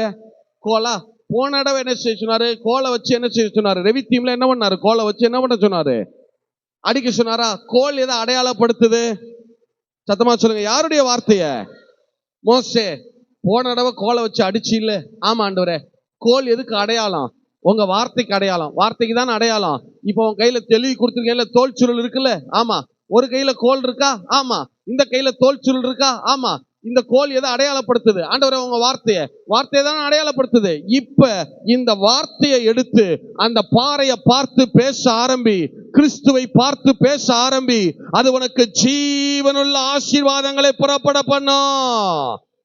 எத்தனை பேர் ஆமேன்னு சொல்ல முடியும்? எத்தனை பேர் ஆமேன்னு சொல்ல முடியும்? வாக்கு தத்தங்களை எடுத்து வாயார பேசுங்க. வசனத்தை எடுத்து வாயார மனதார பேசுங்க. எத்தனை பேர் ஆமேன்னு சொல்ல முடியும்? உங்களுக்கு ஜீவனுள்ள ஆசீர்வாதங்கள் இறங்கி வந்துட்டே இருக்கும். நீதிமானுடைய வாய் ஜீவ ஊற்று. எத்தனை பேர் ஆமேன்னு சொல்ல முடியும்? நல்லா யோசிச்சு பாருங்க. போன தடவை எதை வச்சு அடிக்க சொன்னாரு? சத்தமா சொல்லுங்க. கோலை வச்சு டச் பண்ணாரா? கோல் எதை அடையாளப்படுத்துது? இப்ப நீங்க இந்த வார்த்தையை எடுத்து அவரை தொட்டுக்கிட்டே இருங்க.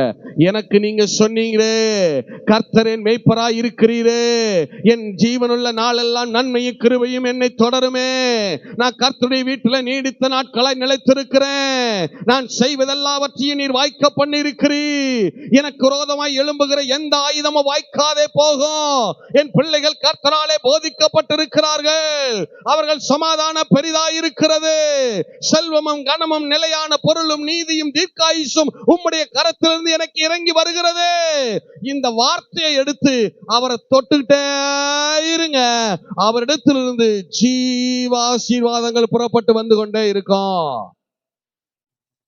எத்தனை பேர் ஆமேன்னு சொல்ல முடியும்?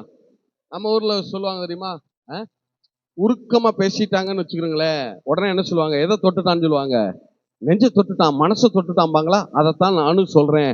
இந்த வார்த்தையினால அப்பாவை தொட்டுக்கிட்டே இருங்க, அந்த கண்மலையாகிய கிறிஸ்துவை தொட்டுக்கிட்டே இருங்க, உங்க வார்த்தையினால அவரை டச் பண்ணிட்டே இருங்க. நீங்க வார்த்தைய பேச பேச பேச நீதிமானுடைய வாய் என்ன ஊற்று? ஜீவ ஊற்று, ஜீவனுள்ள ஆசீர்வாதங்கள் புறப்பட்டு வர ஆரம்பி. ஒவ்வொரு நாளும் காலையில எழும்புங்க, வாக்கு தத்தங்களை வாயார பேசுங்க, மனதார சொல்லுங்க.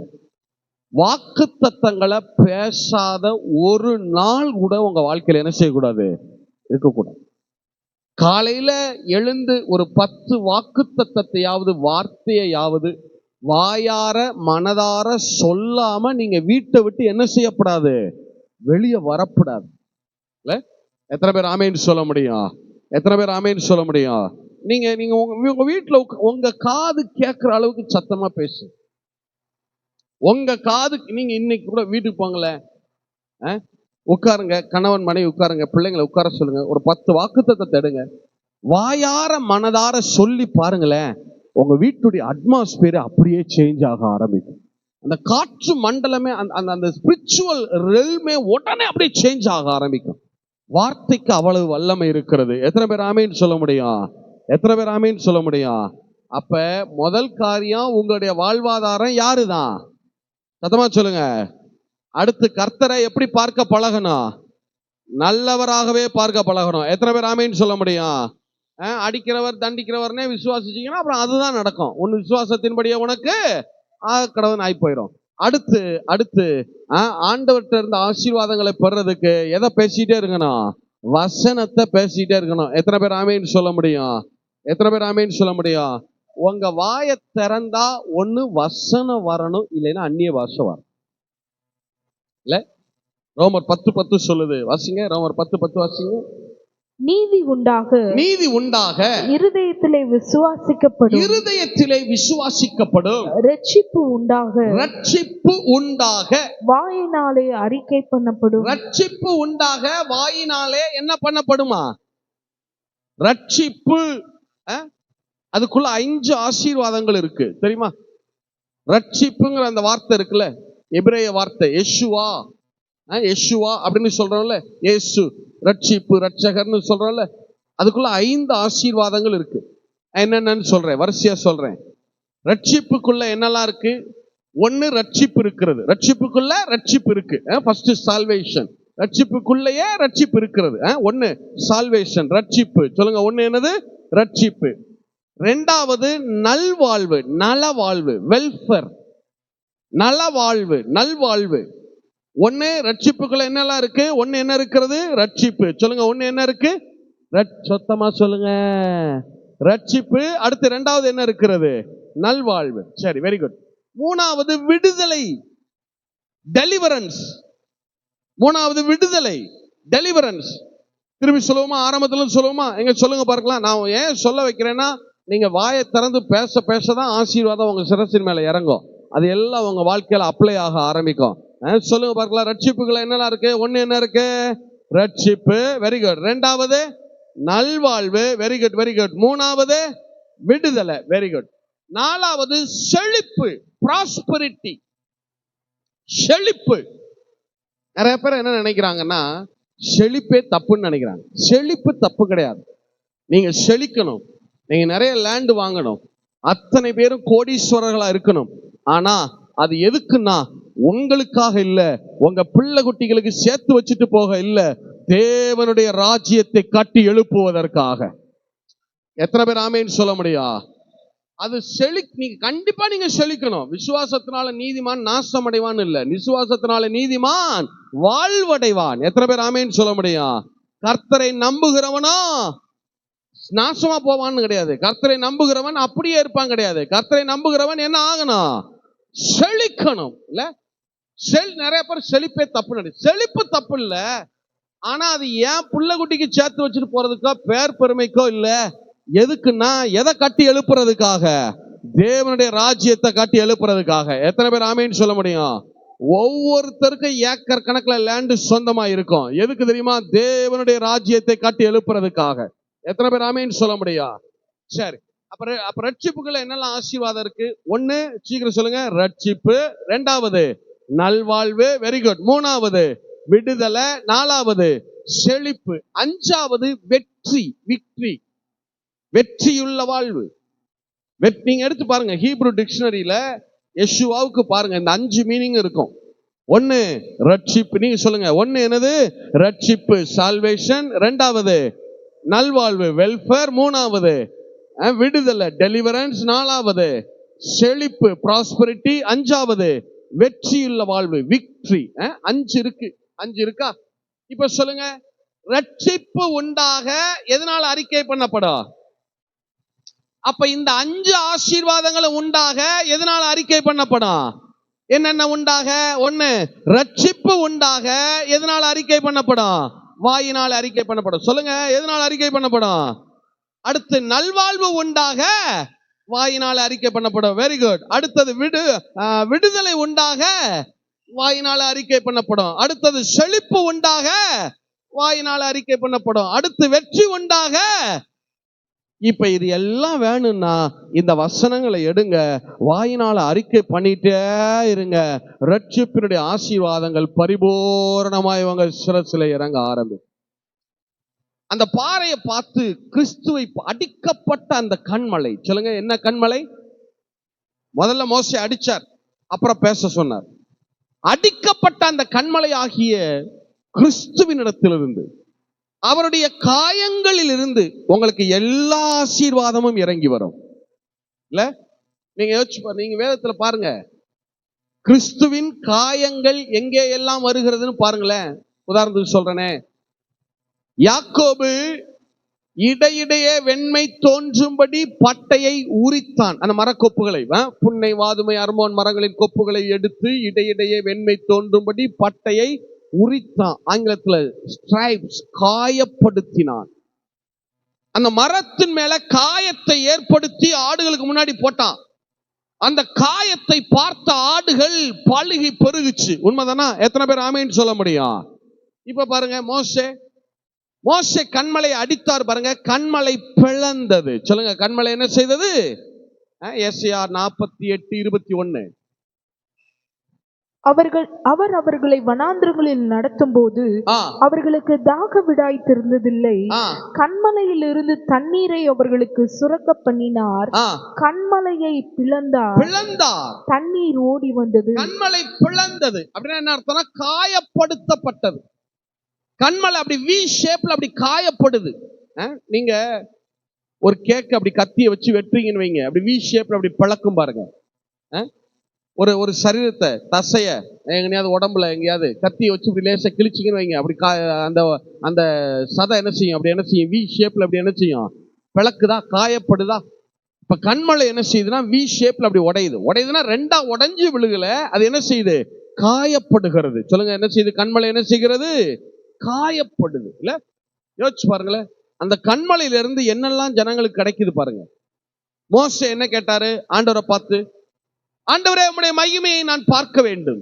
கர்த்தர் என்ன சொன்னாரு? இந்த கண்மலையின் பிளவிலே வந்து நில், நீ தேவனுடைய மகிமையை காண்பாய், என் மகிமை உனக்கு முன்பாக கடந்து போக பண்ணுவேன் சொன்னாரா?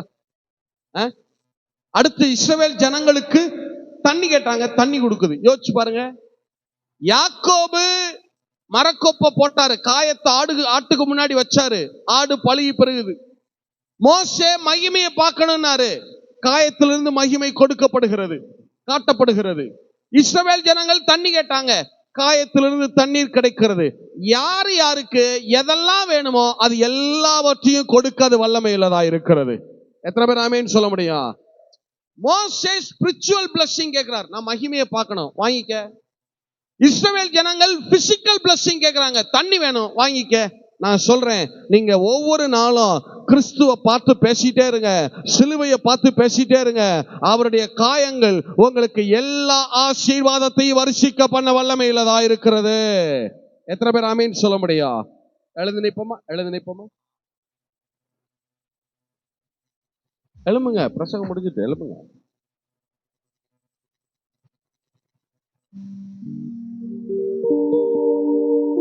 பிரதர் சிஸ்டர், இன்னைக்கு எதை உங்களுடைய வாழ்வாதாரமாய் மனதில் வச்சுட்டு வந்தீங்க? கர்த்தர் இருக்கிறார், ஆனா இந்த காரியத்தை செஞ்சாதான் நடக்கும், அப்படி யோசிச்சீங்களா? கர்த்தர் இருக்கிறார், ஆனா இந்த காரியம் நடந்தாதான் என் வாழ்க்கை, இந்த வேலை கிடைச்சாதான் வாழ்க்கை, அந்த சொத்து வித்தாதான் வாழ்க்கை, கேஸ் முடிஞ்சாதான் வாழ்க்கை, இந்த பிரச்சனை, இந்த நபர் இது பண்ணா, அதை அப்படியே தூக்கி போட்டுருங்க. அது நடக்குதோ நடக்கலையோ, என்னைய வாழ வைக்க என் கர்த்தரால முடியும். என் கடனை ஒரு சொத்தை வித்துதான் அடைக்கணும்னு அவசியம் இல்ல, அந்த சொத்தை விற்காமலே என் கடனை அடைக்க அவர் வல்லமையுள்ளவராக இருக்கிறார். எத்தனை பேர் ஆமேன்னு சொல்ல முடியும்? எத்தனை பேர் ஆமேன்னு சொல்ல முடியும்? கேஸ் முடிஞ்சுதான் என் ப்ராப்ளம் சால்வ் ஆகணும் இல்ல, அது முடியுதோ முடியலையோ, என்னை ஆசீர்வதிக்க என் அப்பா வல்லமையுள்ளவராக இருக்கிறார். எத்தனை பேர் ஆமேன்னு சொல்ல முடியும்? இன்னைக்கு வேற எதையெல்லாம் யாரையெல்லாம் வாழ்வாதாரமா பார்த்துட்டு இருந்தீங்களோ எல்லாத்தையும் தூக்கி இன்னைக்கு வெளியே வச்சுட்டு போயிருங்க. அப்பா அவங்களை பன்மடங்காய் ஆசீர்வதிக்க வல்லமையுள்ளவராய் இருக்கிறார். அவர்தான் ஜீவனுள்ள ஊற்றாக இருக்கிறார். அவர்தான் வாழ்வு தரும் ஊற்றாக இருக்கிறார். எத்தனை பேர் ஆமேன்னு சொல்ல முடியும்? ரெண்டாவது, கர்த்தரை கொஞ்சம் நல்லவராய் பாருங்க பிரதர். நல்லவராய் நீங்க எப்படி வேணா கேட்டு வளர்ந்துருக்கலாம், ஆனா இந்த நாள்ல உங்களுடைய சிந்தனைகளை மாற்றிக்கொள்ளுங்க. அவர் நல்லவராகவே நீங்க என்ன நினைப்பீங்கன்னா நல்லவர் தான், அதே நேரத்தில் இப்படியும் அப்படின்னு போனீங்கன்னு வச்சுக்கிறீங்க, அதர் சைடு அப்படின்னா அது அதர் சைடு உங்களுக்கு இல்ல, அது அவிசுவாசிகளுக்கு. எத்தனை பேர் ஆமேன்னு சொல்ல முடியும்? பட்சிக்கிற அக்கினியா இருக்கிறார், உண்மைதான், அது உங்களுக்கு இல்ல, அது ஜனங்களுக்கு, அவிசுவாசியான ஜனங்களுக்கு. எத்தனை பேர் ஆமேன்னு சொல்ல முடியும்? இல்ல, அந்த பார்வைய மாற்றிக்கொள்ளுங்க. மூணாவது, ஒவ்வொரு நாளும் ஆண்டவரை பார்த்து இந்த திருவசனத்தை திரு வார்த்தைய பேசிட்டே இருங்க. நீங்க வாயை திறந்து பேச பேச பேச பேச ஜீவனுள்ள ஆசீர்வாதங்கள் உங்களுக்கு இறங்கி வர ஆரம்பிக்கும். எத்தனை பேர் ஆமேன்னு சொல்ல முடியும்? உங்க வாயை திறந்தா ஒண்ணு வசனம் வரணும், இல்லைன்னா என்ன வரணும்? அந்நிய பாஷை வரணும். ஒரு 2 நிமிஷம் கண்களை மூடி முதல்ல நல்ல அந்நிய பாஷையில ஜெபம் பண்ணுங்க பார்க்கலாம். ஒரு 2 நிமிஷம் நல்ல கண்களை மூடிக்கொள்ளுங்க. இயேசுவை பாருங்க, மனக்கண்கள் அவரை அப்படியே தரிசிங்க பார்க்கலாம். அவரை பாருங்க, மனக்கண்கள் அவரை பாருங்க. நல்ல வாயை திறந்து அந்நிய பாஷையில ஜெபம் பண்ணுங்க பார்க்கலாம். நல்ல சத்தத்தை உயர்த்தி உங்க சத்தம் எழும்பணும். உங்க வாயை விரிவாய் தரங்க. எப்சிபாவுடைய வால்யூம் இன்க்ரீஸ் பண்ணுங்க. த்ரோட் பிடிக்காம செட் பண்ணுங்க. எஸ் எஸ் நல்ல சத்தத்தை உயர்த்தி, நல்ல சத்தத்தை உயர்த்தி. உங்க வாய் ஜீவ ஊற்று, உங்க வாய் தெளிவ ஊற்று, நீதிமானுடைய வாய் ஜீவ ஊற்று. உங்க வாயை திறந்து அந்நிய பாஷையில பேச பேச என்னை விசுவாசிக்கிறவனுடைய உள்ளத்திலிருந்து ஜீவ தண்ணீர் நதிகள் புறப்பட்டு போகும். ஜீவ தண்ணீருள்ள நதிகள் புறப்பட்டு போகும்.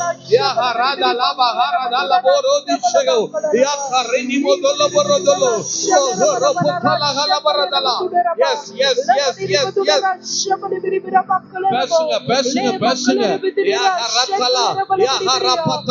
வசனங்களை சொல்லுங்க பார்க்கலாம். வசனத்தை சொல்லுங்க. உங்களுக்கு என்னெல்லாம் வாக்குத்தத்தம் தெரியுமோ எல்லாவற்றையும் சொல்லுங்க. வசனங்களை சொல்லுங்க.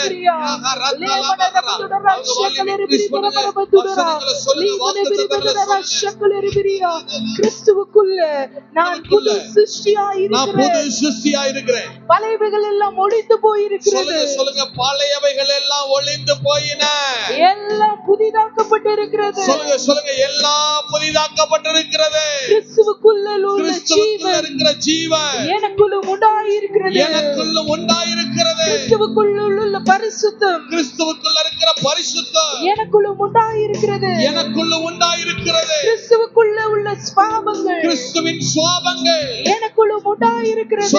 எனக்குள்ளும் உண்டாயிருக்கிறது. கிறிஸ்துவுக்குள்ள உள்ள குணாதிசயங்கள், கிறிஸ்துவினுடைய குணாதிசயங்கள் எனக்குள்ள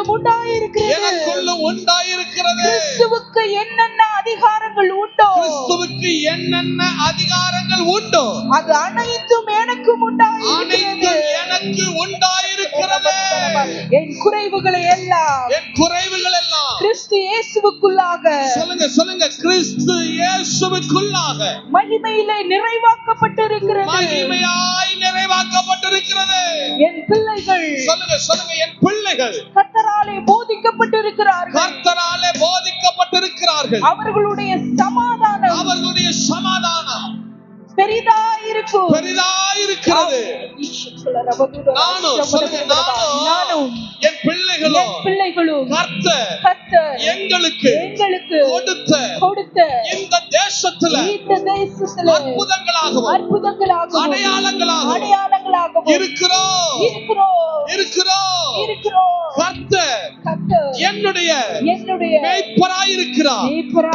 நான் தாழ்ச்சி அடைய சொல்லுங்க, நான் தாழ்ச்சி அடைய ஜீவனுள்ள நாளெல்லாம் நன்மையும் கிருபையும் என்னை தொடர்கிறது. கர்த்தருடைய வீட்டிலே நீடித்த நாட்களாய் நிலைத்திருப்பேன்.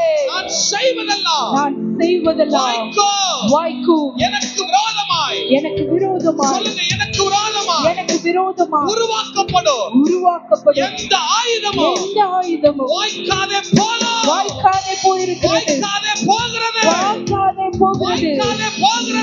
சகல ஜனங்களை பார்க்கிலும் நான் ஆசீர்வதிக்கப்பட்டவனாய் இருக்கிறேன். ஆணிலாகிலும் பெண்ணிலாகிலும் மிருக ஜீவன்களிலாகிலும் மலடி இருப்பது இல்லை. கர்ப்பம் விழுகிறதும் மலடு செத்து விழுகிறதும் என் சந்ததிகளில் இருப்பதில்லை. கர்த்தர் என் கர்ப்பத்தின் கனியை பூரணப்படுத்தி இருக்கிறார்.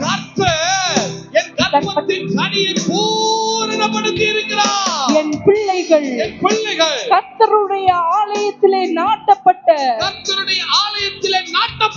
நீதியின் விருட்சங்களாய் இருப்பார்கள்.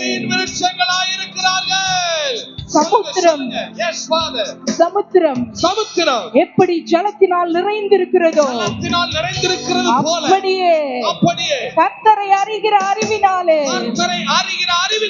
எங்கள் தேசம் நிரப்பப்பட்டிருக்கிறது. இந்த திருநெல்வேலி மாவட்டம் நிரப்பப்பட்டிருக்கிறது. இந்த நாங்குநேரி நிரப்பப்பட்டிருக்கிறது. எங்கள் தேசம் ஆரோக்கியம் அடைந்திருக்கிறது.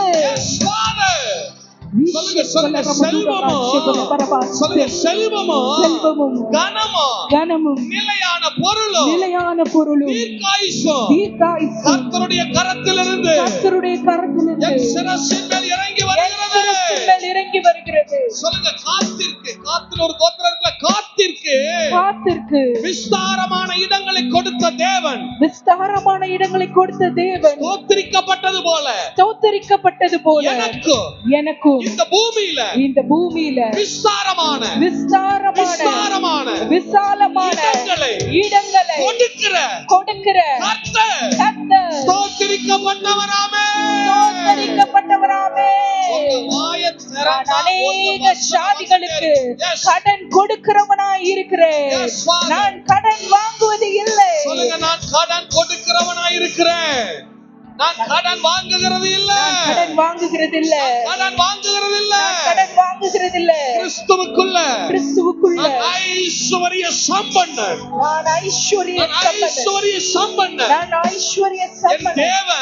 என் தேவன் மிக உயர்ந்த செல்வந்தர்.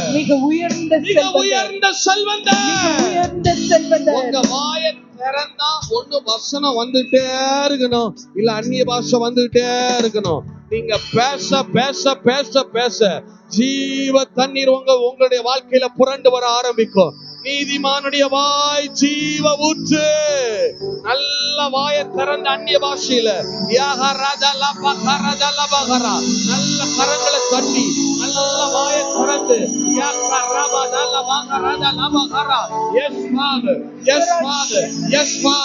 ஜனங்களுடைய எல்லா மனப்பான்மையும் மாறட்டும்.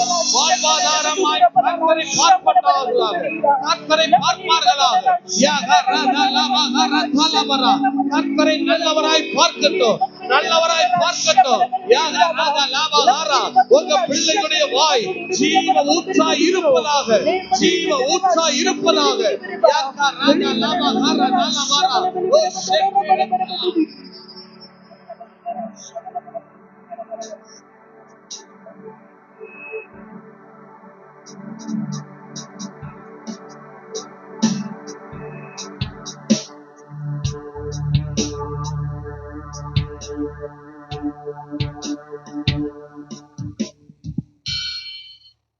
அருமையான தேவ செய்தியை கேட்டோம். தெளிவான சத்தியத்தை இந்த நாளில் நாம் கேட்டிருக்கிறோம். ஆண்டவருடைய பிள்ளைகளை கர்த்தர் அதிகமாய் ஆசீர்வதிக்கிறார். துன்மார்க்கருக்கு உலகத்தில்